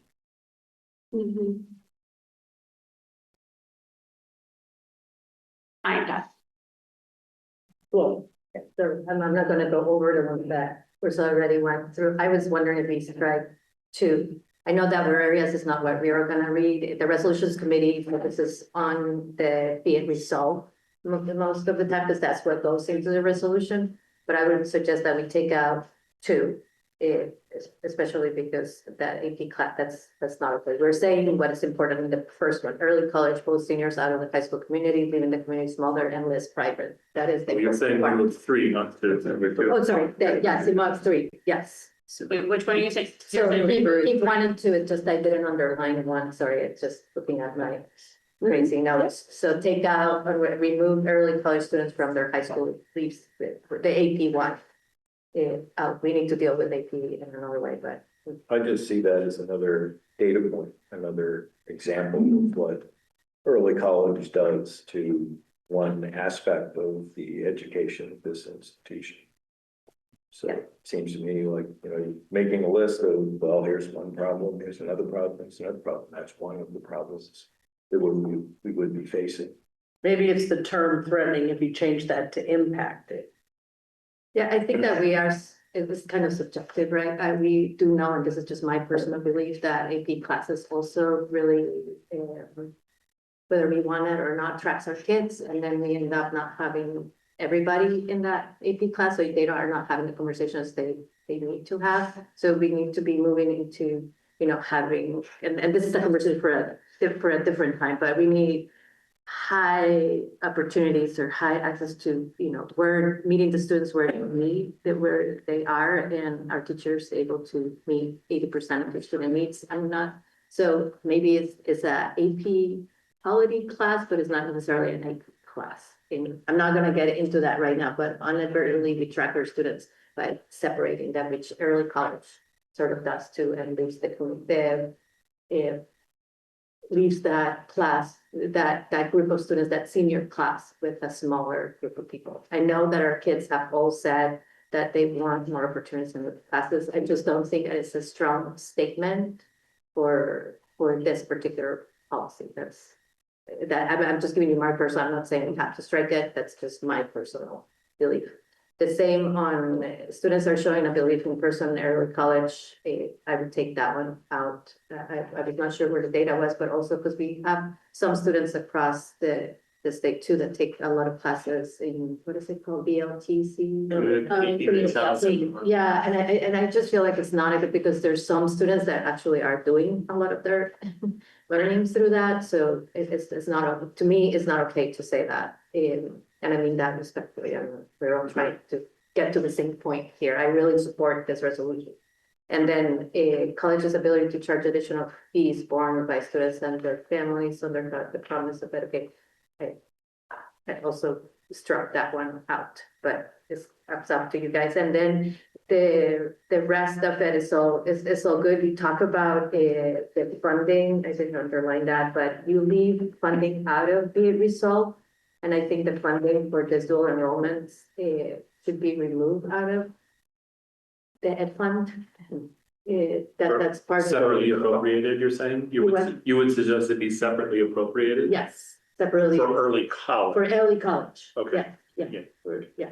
For informational purposes, the best information is that the statewide spending on this is $4 million. And doing the math for the number of enrollees or participants, I should say, works out to, oh, I lost it. Stand by.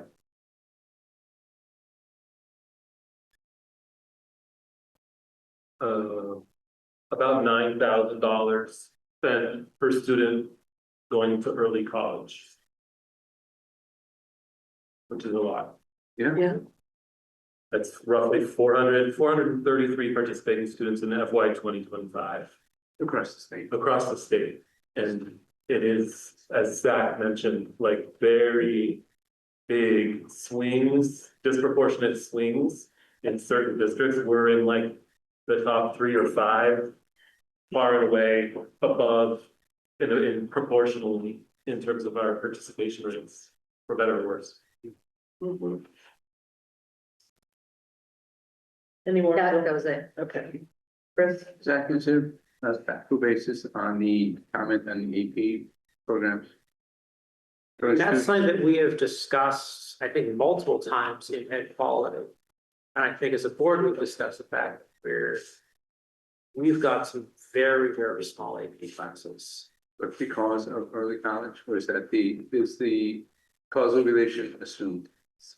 Causal relation is assumed, but it's basically if we are between early college and the career center, our senior class gets cut basically in half.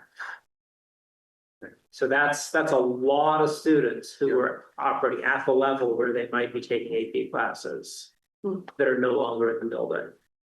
Okay, thanks.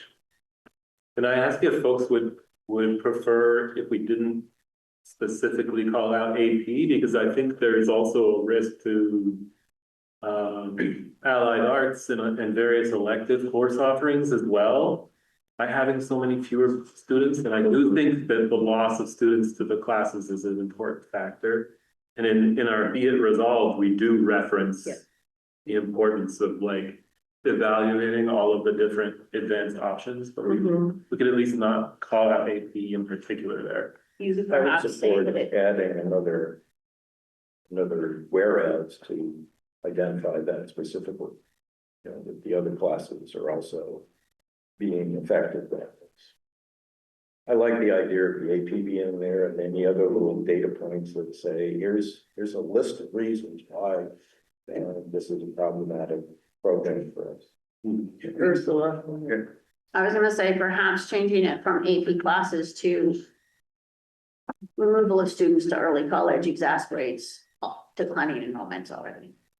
Right? And the impacts of declining enrollment. We do not know that early college is the exact cause. It also fluctuates with what classes did students want to take. What classes are available now? There are factors, but having 40 kids in the classroom or 40 kids in the school at that grade level definitely impacts all of our classes. And not just AP. And I don't want to start pitting our different pathways against each other. So I'm gonna go to Elizabeth and like. Yeah, I think I agree with removing the AP piece. I think that really what it is about reduction in enrollment causing loss of funding, which causes loss of opportunity to have a variety of different options, classes, courses, et cetera. So I think it does impact it as a whole. And I think that's different than just declining enrollment. Because I think early college isn't necessarily declining enrollment, right? It's removal of a certain set of kids from one space and putting them to another. So when I think about what we're losing, it's really about this opportunity to provide robust class offerings on site, right?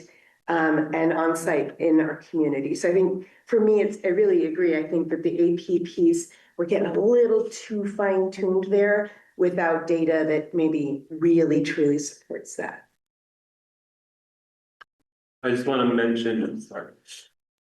I want to mention that we did have a little bit of an email dialogue with Lisa LaPlante, and she brought up a great point, which is, you know, she does view, and I think she's online and she can, I speak under correction because I don't want to put words in her mouth, but And in fact, I might just quote her.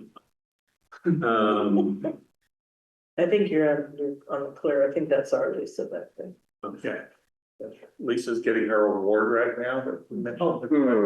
So she's in Boston. Good for her, yes. I don't know if she'll get it tonight, but she's down in Boston. It's great. Okay, so Yeah, I had asked her about, you know, the effect of early college, on a few things and, scheduling specifically, the challenge of scheduling people and allowing people to get into the courses they offer that were available in a context of declining enrollment and early college. And she said, regarding scheduling, I see this as no different than the 55 to 70 students who choose to attend either CVCC, RTCC, or other career centers. They're choosing a flexible pathway. And I think it's an interesting observation to think about it, like Ursula said, as a flexible pathway. We need to just be aware of the fact that there is a person could see this action as anti-flexible pathways. And I think the way you articulated, Elizabeth, is really great, that we feel like this type of sort of advanced course offering can be better offered on campus, at least in theory, and that it's taking more away from our school than it's offering our students. I just wanted to respond to what you were saying about flexible pathways. I agree it's really important because there's all sorts of kids. I think that our pilot program does a wonderful job getting some of those kiddos that aren't quite traditional.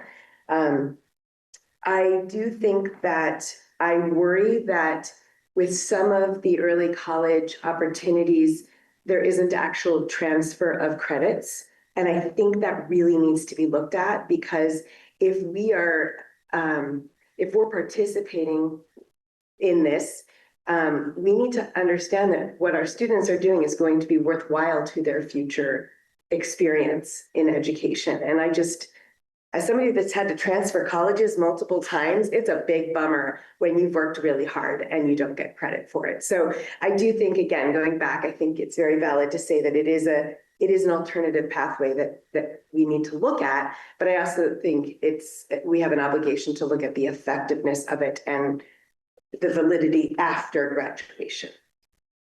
So with the interest of time, as you know, what is our recommendation? We need to make a decision about this tonight, because we won't be coming together again before it's due. And so there have been a number of recommended either omissions or edits. 1.2 about the resolve, making sure it's stated. Just make a recommendation that we go through each of the potential proposals that folks have said should be eliminated or not, taken up and down both. I mean, other than constantly rehashing it over and over, we could just do that. Yep. And that would get us a resolution, I think. Yes. Yeah. Good idea. All right. So the first whereas, any changes to that? Any objections to that? Second whereas. Sorry, can I think it would be beneficial to blend this second whereas and the third whereas. Something like, and I apologize, I'm not good at wordsmithing on the spot, but removal of early college students from their high school leaves fewer students on site. That's the third whereas to be combining. Oh, I'm sorry. Combining, fewer students on site, which can result in limited offerings of robust this is the wordsmithing part, but can result in limited offerings of robust course options, threatening both the financial and educational viability of those.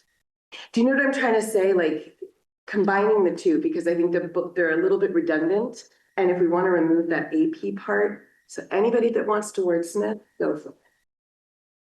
Because I'm not doing it well. I would maybe keep them separate. I think in my mind, the second one speaks to social emotional needs, and the third one speaks to academics. Maybe change the third one to removal of early college students from their high schools, exacerbates enrollment, declining enrollment, and makes it more difficult to provide robust course offerings. Which I think threatening both the financial and educational viability of those classes. Leaving that part. Leaving the threatening both the financial, because it is, right? We have to look at whether or not we offer courses Yeah. based on enrollment. So leave 2 as it is. Yes. I would like to remove less vibrant, but I'd like to avoid the declining enrollment in this document. I think that's like an art community thing to worry about, and this is like the state doing something wrong. I mean, in fairness, that's everybody except South Burlington. I mean, sure, but like we also don't want the conversation at the VSBA to devolve into who's declining, who's not, what declining means. What we want is them to act on this. And so I think all of these things are true, and I think especially. we just say impacts enrollment. Yeah, I mean, it removes threatens the financial and education viability of classes. Does that? The declining would be inferred in that. Well, in the context of declining enrollment rather than like.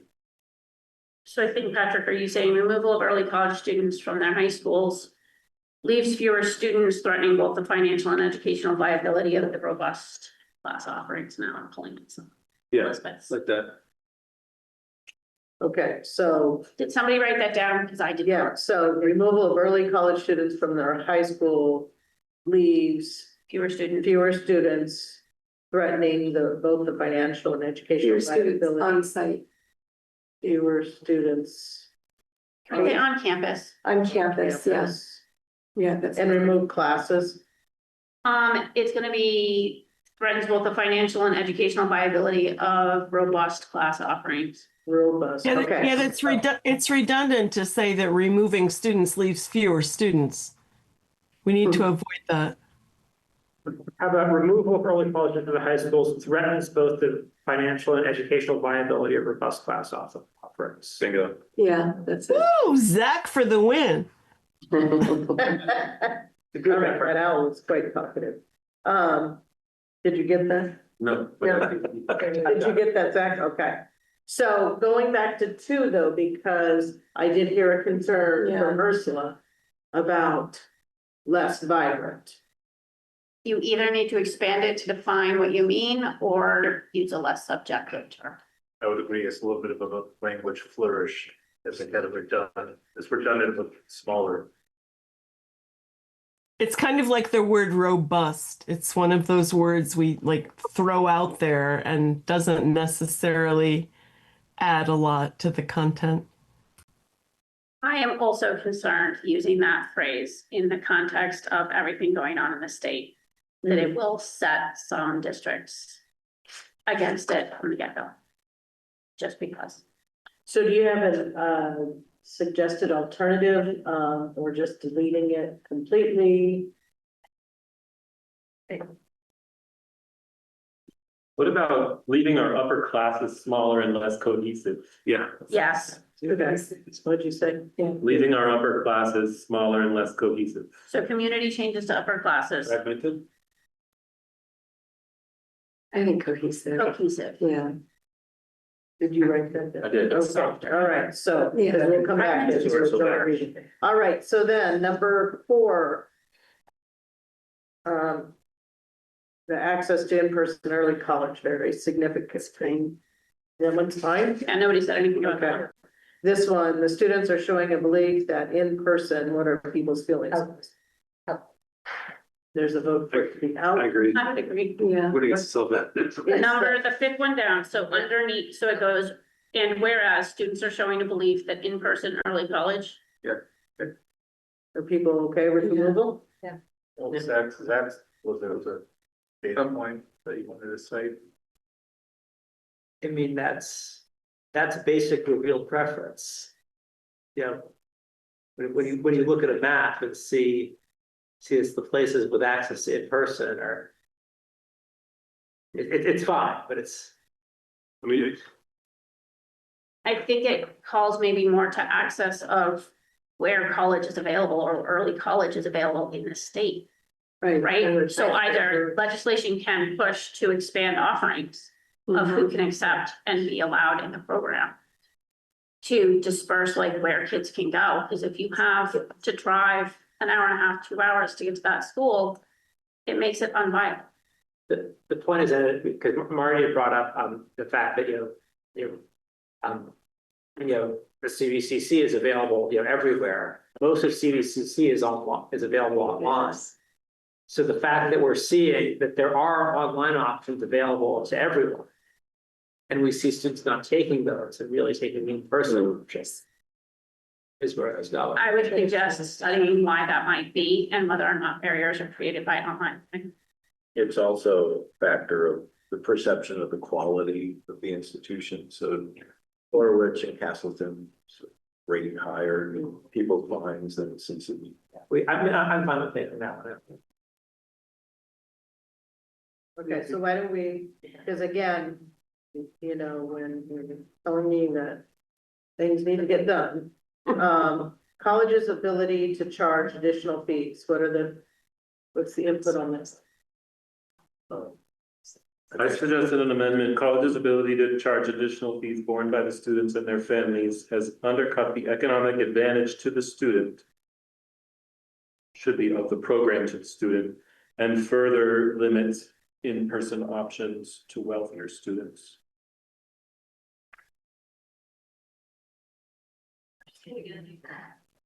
Yeah, college's ability to charge additional fees borne by the students and their families has undercut the program's economic advantage to the student and further limits in-person options to wealthier students.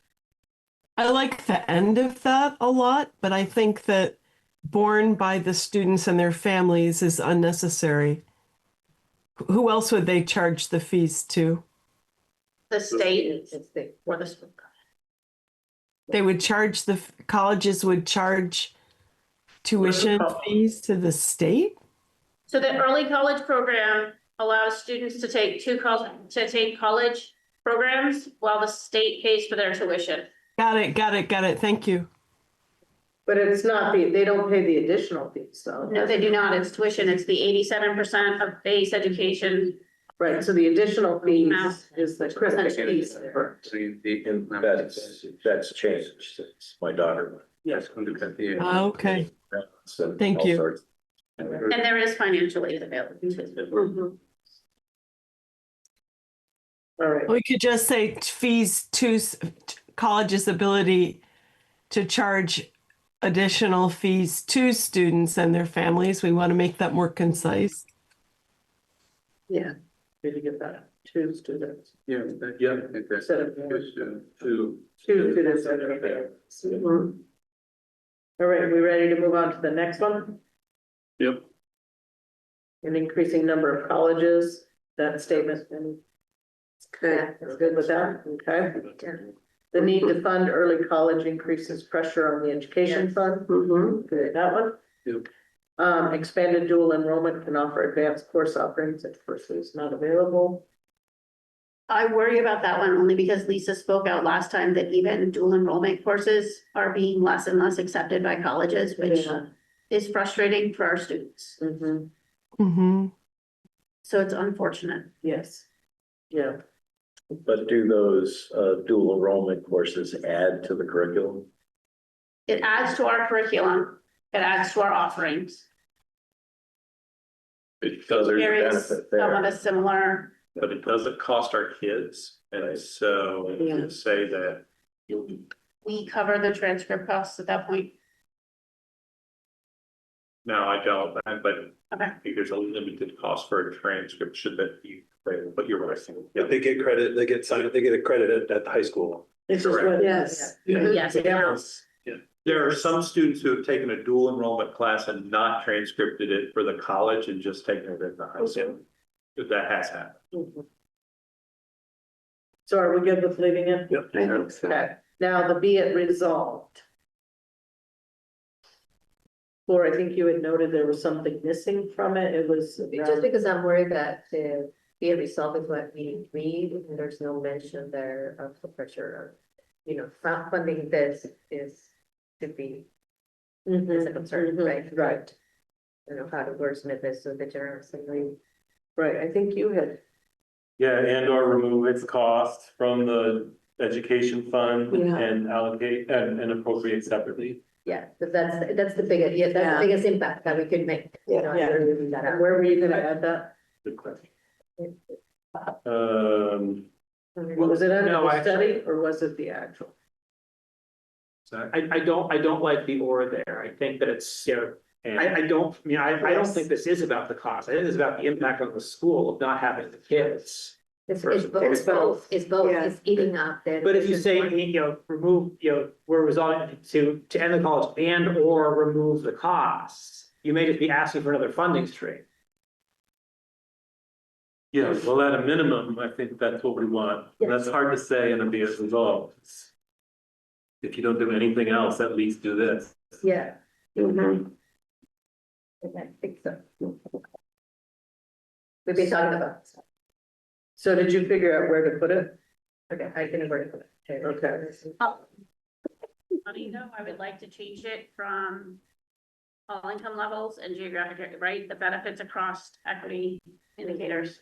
Yeah. They need to study all out of equity indicators and Is that a phrase they'll know? Like that's a state phrase? What? State first. or will they know equity indicators? Like if we use like it should be. It should be, yes, yes. But I don't. That's a bit different conversation. It should be, but if we said that they need to study the impact, what is that? Additional means of providing advanced college credit bearing options to students in a way that provides benefits across all. Demographics. Demographics. Levels and geographic areas. I think if you put demographics, you at least get the male, female in there that you talked about. Demographic. Say that again. Demographic. Yeah. Demographic. So, I mean, so Income levels. that provides benefits across all demographics, income levels, and geographic areas. I think they would understand Is demographics. it better than demographic income? Okay, Demographic, comma, income, in comma? comma, and That way. Demographics includes income, however. It does, but I think that just singling out income was something that felt like they wanted, that you wanted. Is it income level? Maybe we say other demographic, then say other, so it's. Yeah, economic. Did you hear that, Julia? There was a suggestion of changing it to socioeconomic levels. Oh, that's good. Still good. so then it would read all demographics, socioeconomics levels and geographical areas. I took my class. All demographics including, that might be more precise. You get that? Yeah. Yeah, yeah. that's- What was that change, Julia? All demographics including the ones that you Yes. mentioned. Yeah. I see the other members of our communications committee laughing at my suggestion. I still like to do that. This is my favorite thing is play with words. Yes. Yeah. Okay, all right. Anything else? This is going back up the chain. I think we're missing a word in, if you're 1, 2, 3, 4, the fourth one down, if this is still in, where it says access to in-person college, early college varies significantly depending upon where a student lives. And this guy. And their access to transportation. That was. Sorry. Okay, so. It's not right. Thanks. So my solution to the education fund piece is to not put it in the resolve, but have another whereas. I just think that it's just, we're not gonna, it just doesn't gonna go into the Right. resolution. So we They pay miss. attention to this part. So once the resolutions are written, the whereases kind of disappear into the history of. I would Yeah. rather add another sentence and then they can call us back and say, because we don't have enough time to rewrite it right now, that make it more concise. So even we just said the funding for this. Oh, like tack them on at the end. and Yeah, then not the whole sentence, the funding of this, question, Okay, so a separate sentence then, be it further resolved that no early college expenses be removed from the state education fund. Be allocated for. So what we're trying to say is that it should be moved out of the education fund and financed through the general fund. So that, what that does, it helps us ensure that K-12 education, we were just talking about comprehensive high schools, right? That the funding remains for us to be able to have those comprehensive high schools. And it just, otherwise, our money is going. Be it further resolved that any early college expenses be financed through the general fund and not the education fund. Great. Period. Okay. Yes. All Excellent. right, so can you take us through all of them?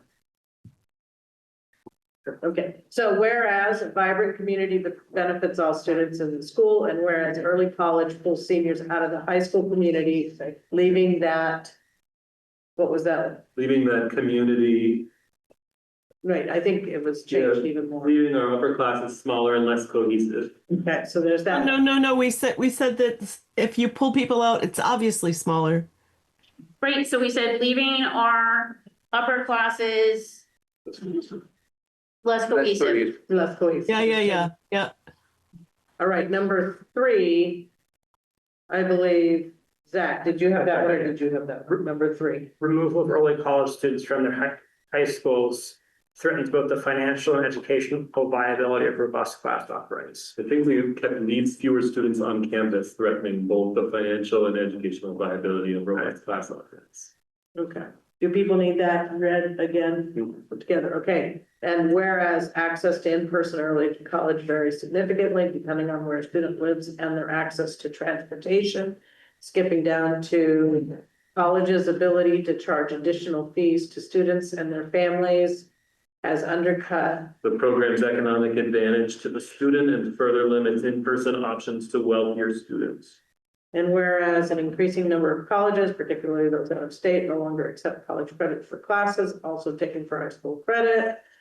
And whereas the need to fund early college increases pressure on the education fund and increases resources available to all students in our public schools. And whereas expanded dual enrollment can offer advanced course offerings and courses not available locally to students while keeping them as part of their community, be it resolved, take it away. Yeah, Daniel. I feel like you've got the addition at the end. The General Assembly should end or curtail the early college program and should expand dual enrollment opportunities as a mechanism to continue offering advanced options to students beyond what their local schools can provide without removing those students from their high school communities. The General Assembly should also study additional means of providing advanced and college credit-bearing options to students in a way that provides benefits across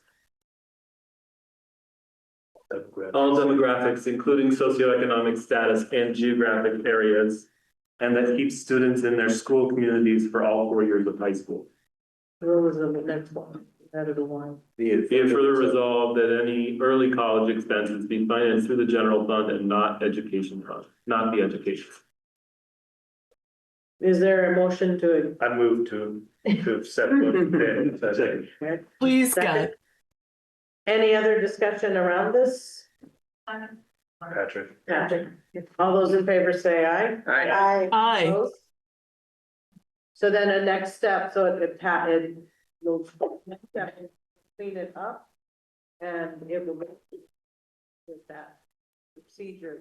Probably submitting through that page, it would be, Yes, okay, all right, so I suggest a 5-minute break. All right, so we'll come back to order, and the next thing is Finance Committee, which did not have anything to discuss. So then moving on to Policy Committee. Yeah, we have 2 policies for second reading. First is C-48 on exchange students policy. And I just back, so did you want to explain it all what this equity worksheet is? Yeah, so we included in your packet, a worksheet that we're gonna start doing with policies moving forward. We did not complete it for the 2 policies that you're looking at right now. But, and we also spent some time today as a policy committee revising them some. So we started to use them, but I wanted the board to just get a little hint of the work that we're doing there in the policy committee. And so we will be filling these out for any policies in the future for you to see, are we looking at this through an equity lens when we do any one of our policies? So just reference materials. Which will be included on the website with policies and procedures, when we finally get through to approving. Okay. Okay, thank you. So, I'm gonna move these to both as late, for the both second readings. First is the, C40 408 students, which pretty much stayed the same, no significant changes. And then E, electronic communication between employees and students. Are there any comments on these, policies from anyone before we vote? Any conversation? Okay, so, you want to move them together or individually? Together. So, is there a motion to approve C48 and B8? Move that we approve policy C48 and B Bravo 8. Second.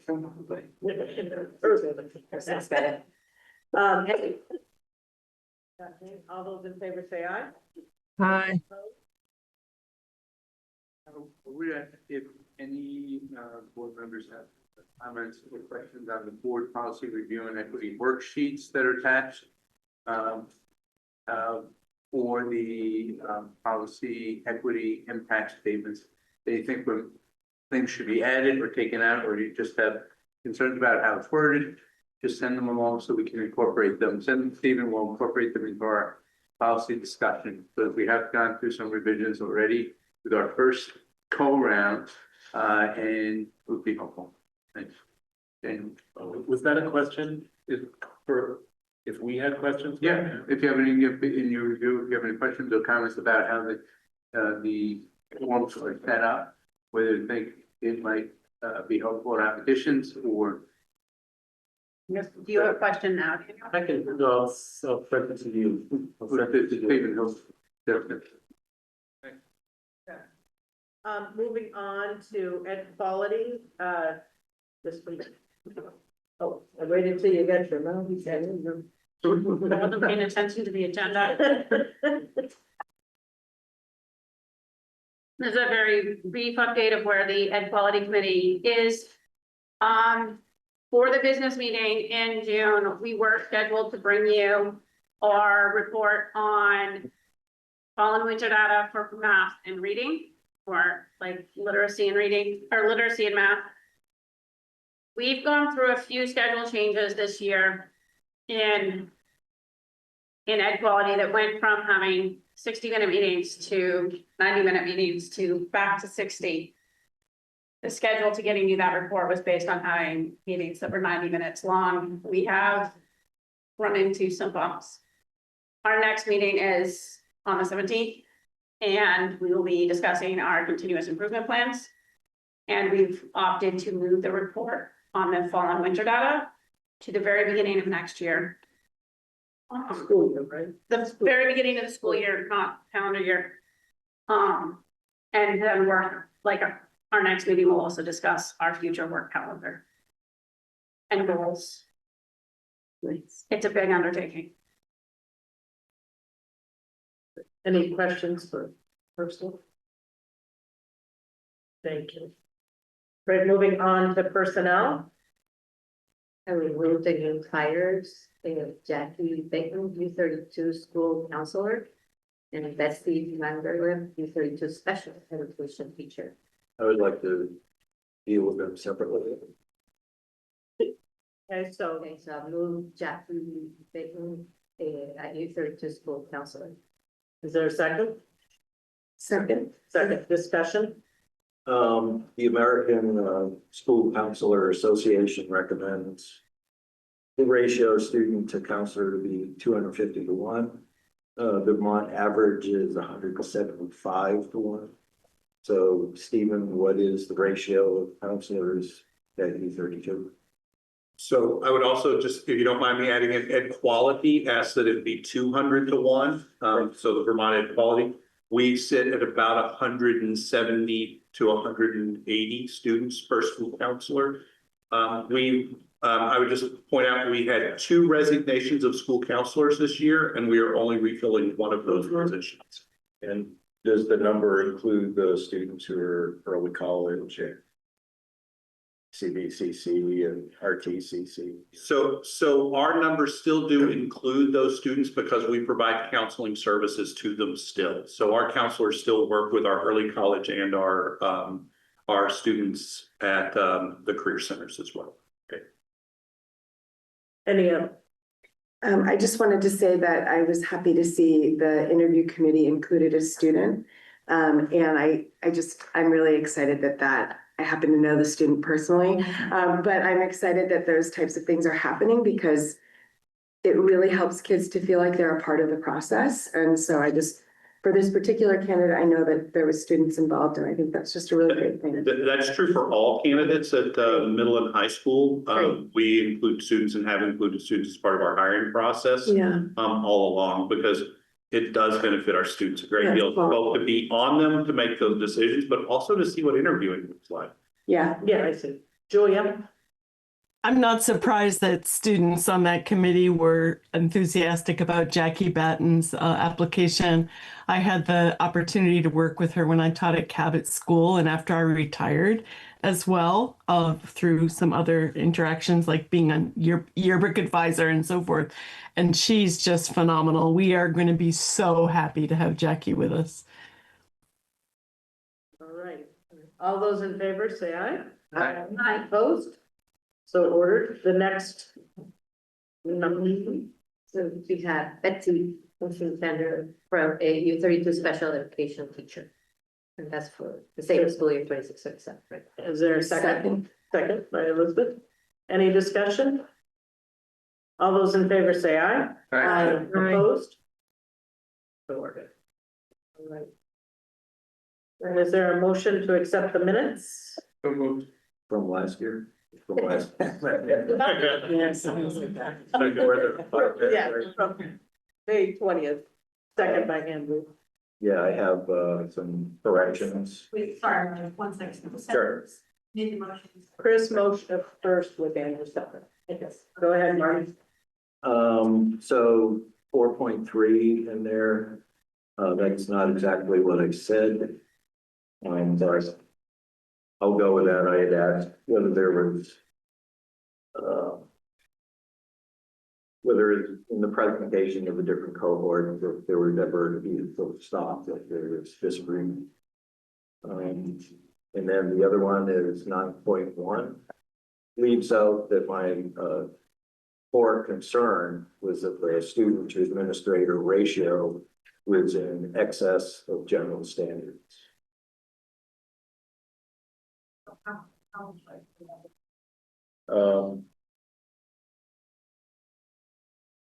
Just add that my concern was that the appointment created was above the ratio for the standards of administrators to students ratio.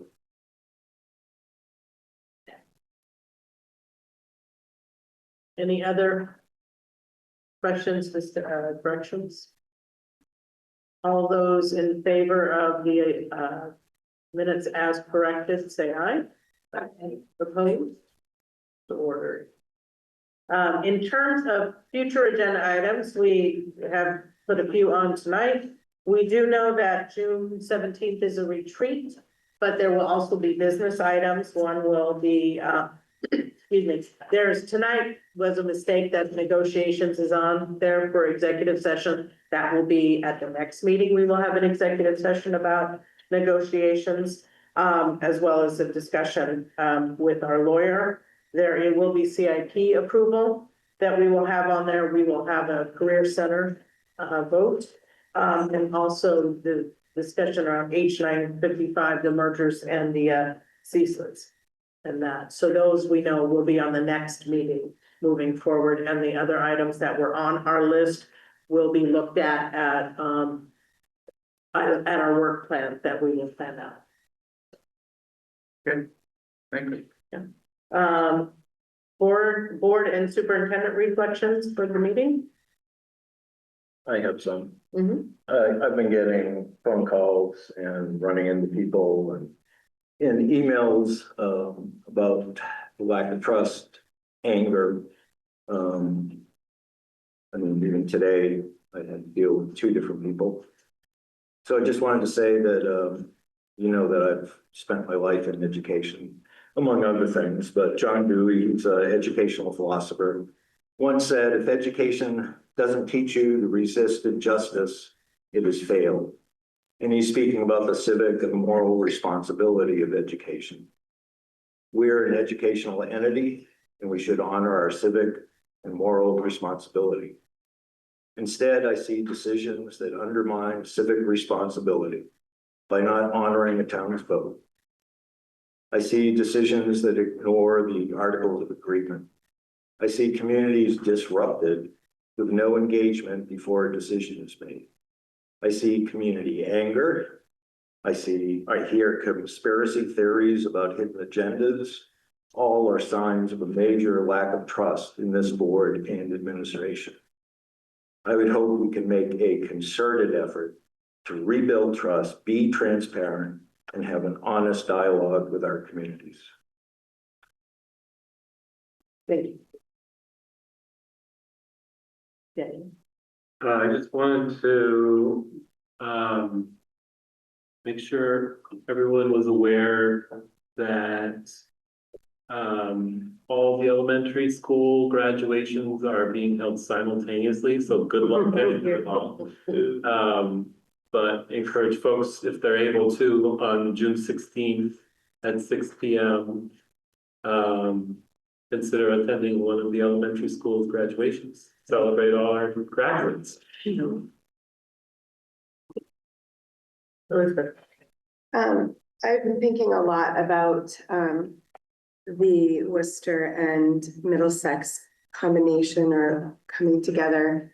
And I really feel strongly that when districts, communities go through transition, it needs to be as clear as possible. I'm worried.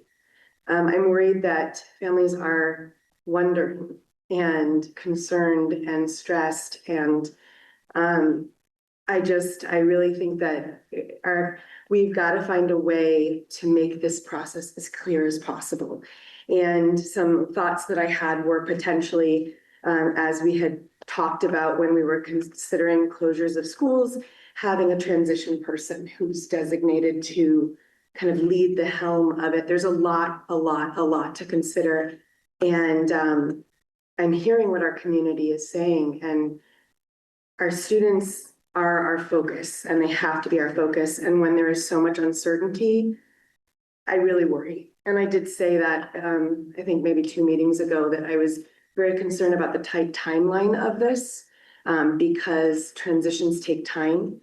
And so I'm looking forward to having more information come to fruition as soon as possible so that families can enjoy their summer and have the information that they feel like they really need to make this transition intentional and feel safe and secure for the children that are impacted and the communities. Julia. I would agree with everything that Elizabeth just said, and I would also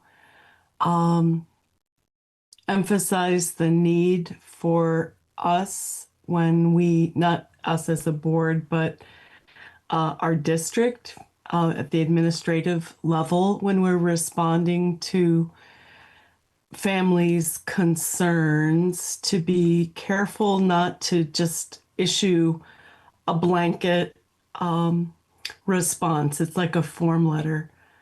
I've heard from a number of people, and we know in small communities, people talk to each other, and folks are saying like, oh, I got the identical response to my deep-seated concerns that you got. And so when we talk about building trust in our communities, I think that that we need to insist as a board, we need to encourage folks who are responding to those letters to do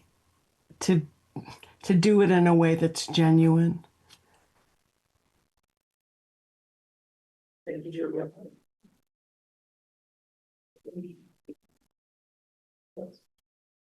Superintendent, did you? Good.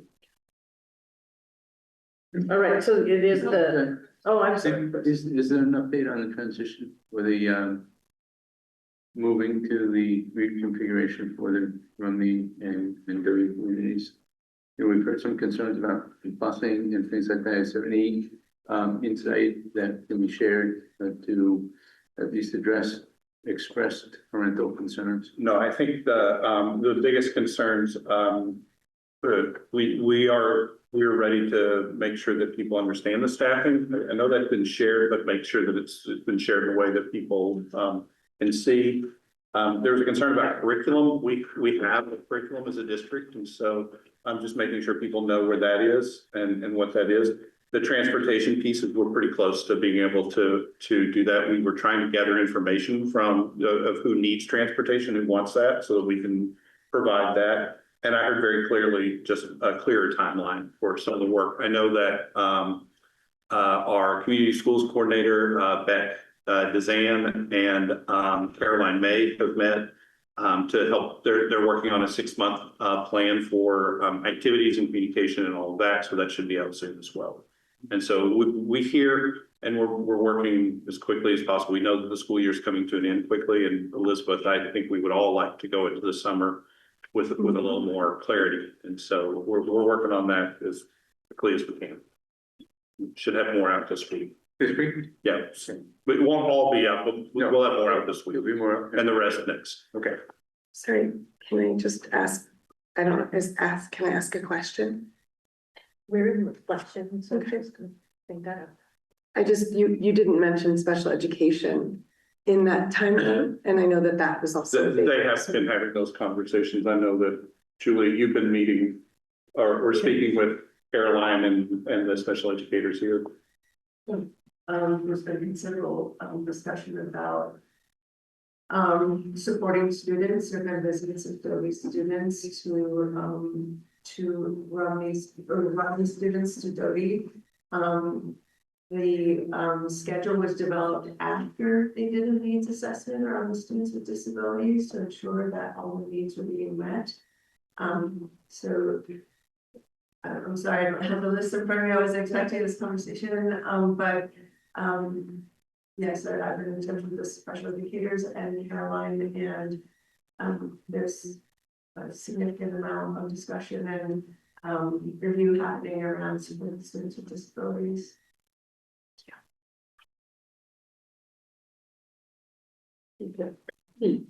We will now go into our community, the public comments. So those, so we'll do Natasha and Thank you. Yeah, thanks. I just wanted to close with a couple of things that I'm taking from the conversation you've had in this room tonight. You've been talking to the outside organization around the Career Center, the other school district, about how change should happen in phases with intentional collaboration, a clear plan, transparency along the way. And in that same conversation, the superintendent outlined years of deliberate planning for the district's future, and not seeing that at all in this Rumney-Doty proposal. So that's just your own words back at you guys. As another board member said, transition should be as clear as possible, that families are stressed and uncertain, and that transition takes time. Yes, we are stressed. And 2 weeks, Stephen, I'm sorry, but that's not time. That's a plan thrown together. So you guys need to accept that's what's happening. We're not asking for state curriculum documentation. We're asking for specific one-to-one programming, what we have now to what our children should expect. I do not see that in a state curriculum. I do not see that in staffing. I don't know those people. I know the school that my daughter is at now. And I don't think socials and informal meetings are going to replace sitting down with us as parents and really explaining a clear plan. And that is not going to happen before the 17th. Thank you. Thank you very much. I see you, Kate, that will go in house.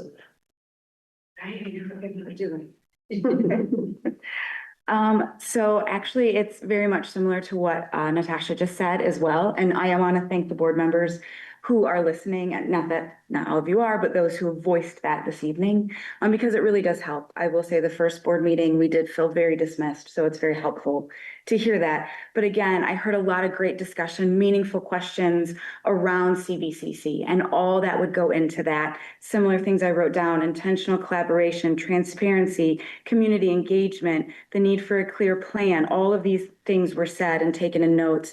Also, I've heard a lot of push for data around different types of things. I've asked for data multiple times now around this, the data to support this, and I haven't received that yet either. So I have the same questions around this reconfiguration. There was also a lot of talk around our values and our goals as a district. And I just want to place that question in front of you, that how this process has worked for this reconfiguration between Doty and Rumney, how does that uphold our goals and our values? Because from what I'm seeing and what I'm feeling, it is not. But I ask you that, do you feel like it is? Thank you. Kate? I guess I just want to ask the board a question. Am I allowed to ask the board a question? Can I get a response, or is that not part of this? Public comment is designed that it's just for you to comment and not for us to. But I thought when you, and Diane, I respect you a lot. I'm going to say that. I also heard you say it was public comment or question. So like, I have a question. Did the board review my most recent email to the board? Can I please ask the board to please comment on that? I'm seriously curious about what their thoughts are on this.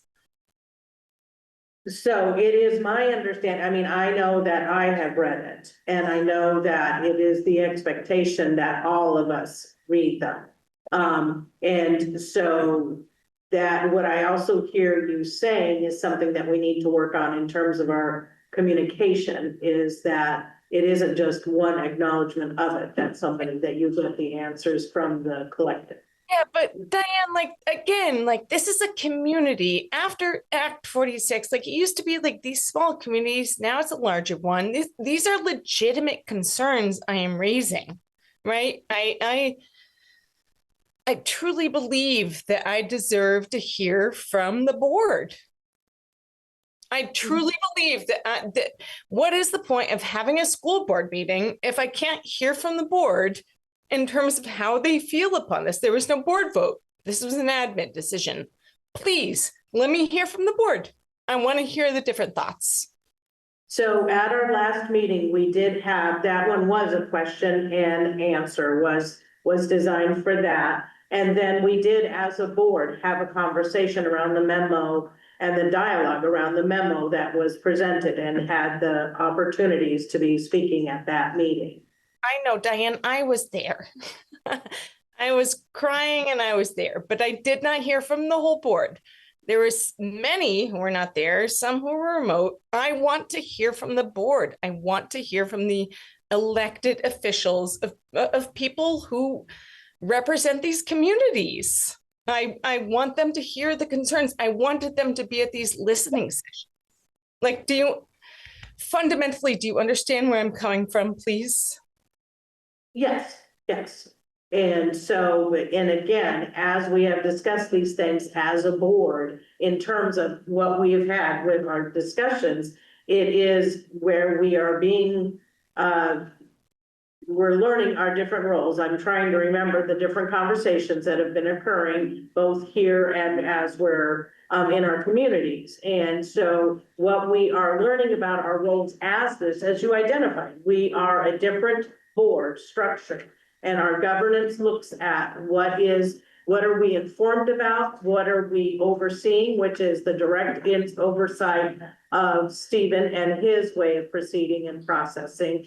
And then he works with the administration and unfortunately, for those changes when we were used to in our individual schools and in our individual towns, when we had that opportunity to have that direct influence, it has transitioned into a bigger consolidated board, which has a different role.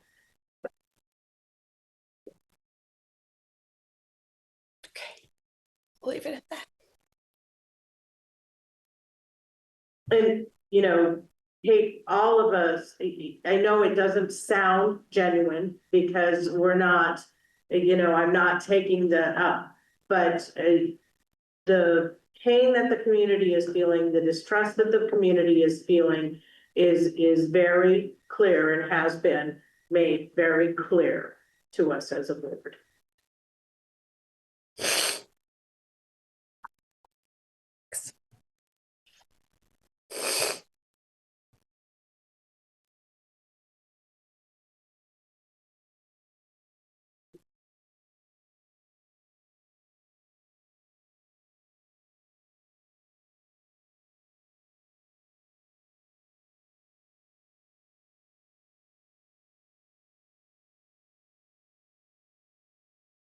What? Yes. Oh, okay, sorry.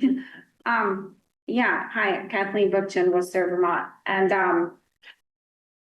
I just read the minutes from last week, and there's 16 different comments from the board members regarding this transition. So, and there's also 3 years of conversation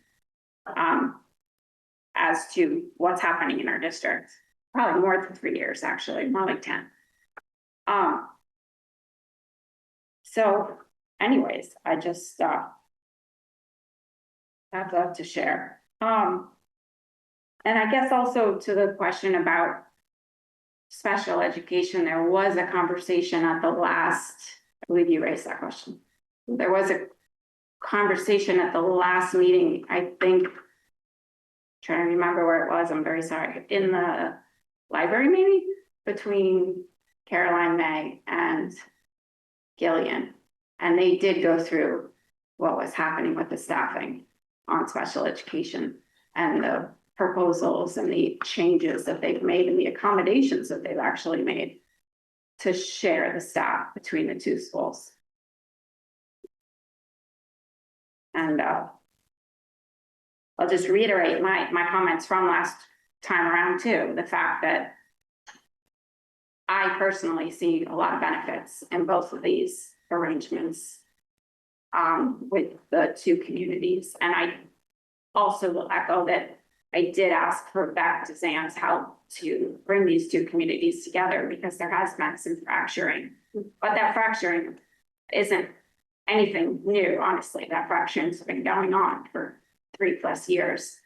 There just happens to be some new people at the table. But that fracturing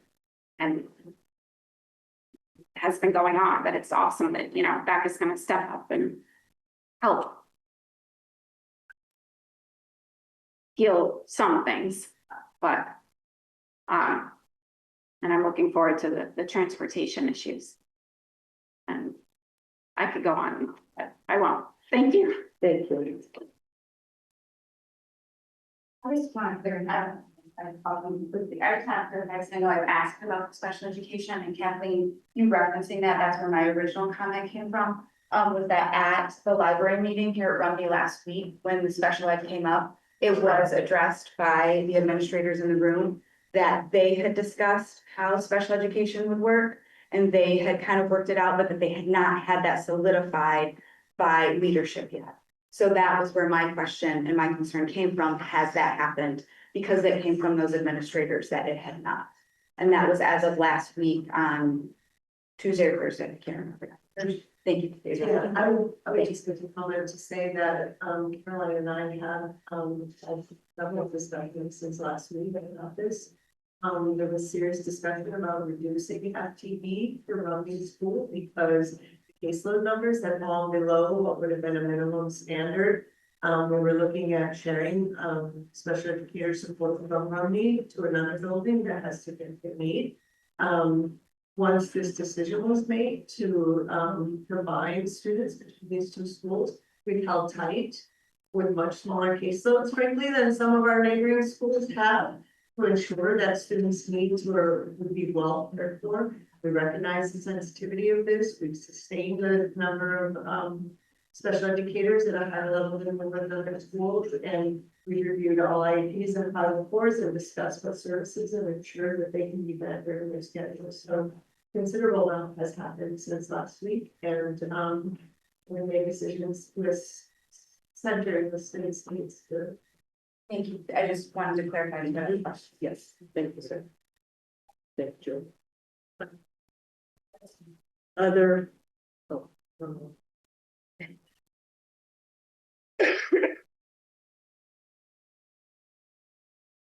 So, that's the end of the meeting.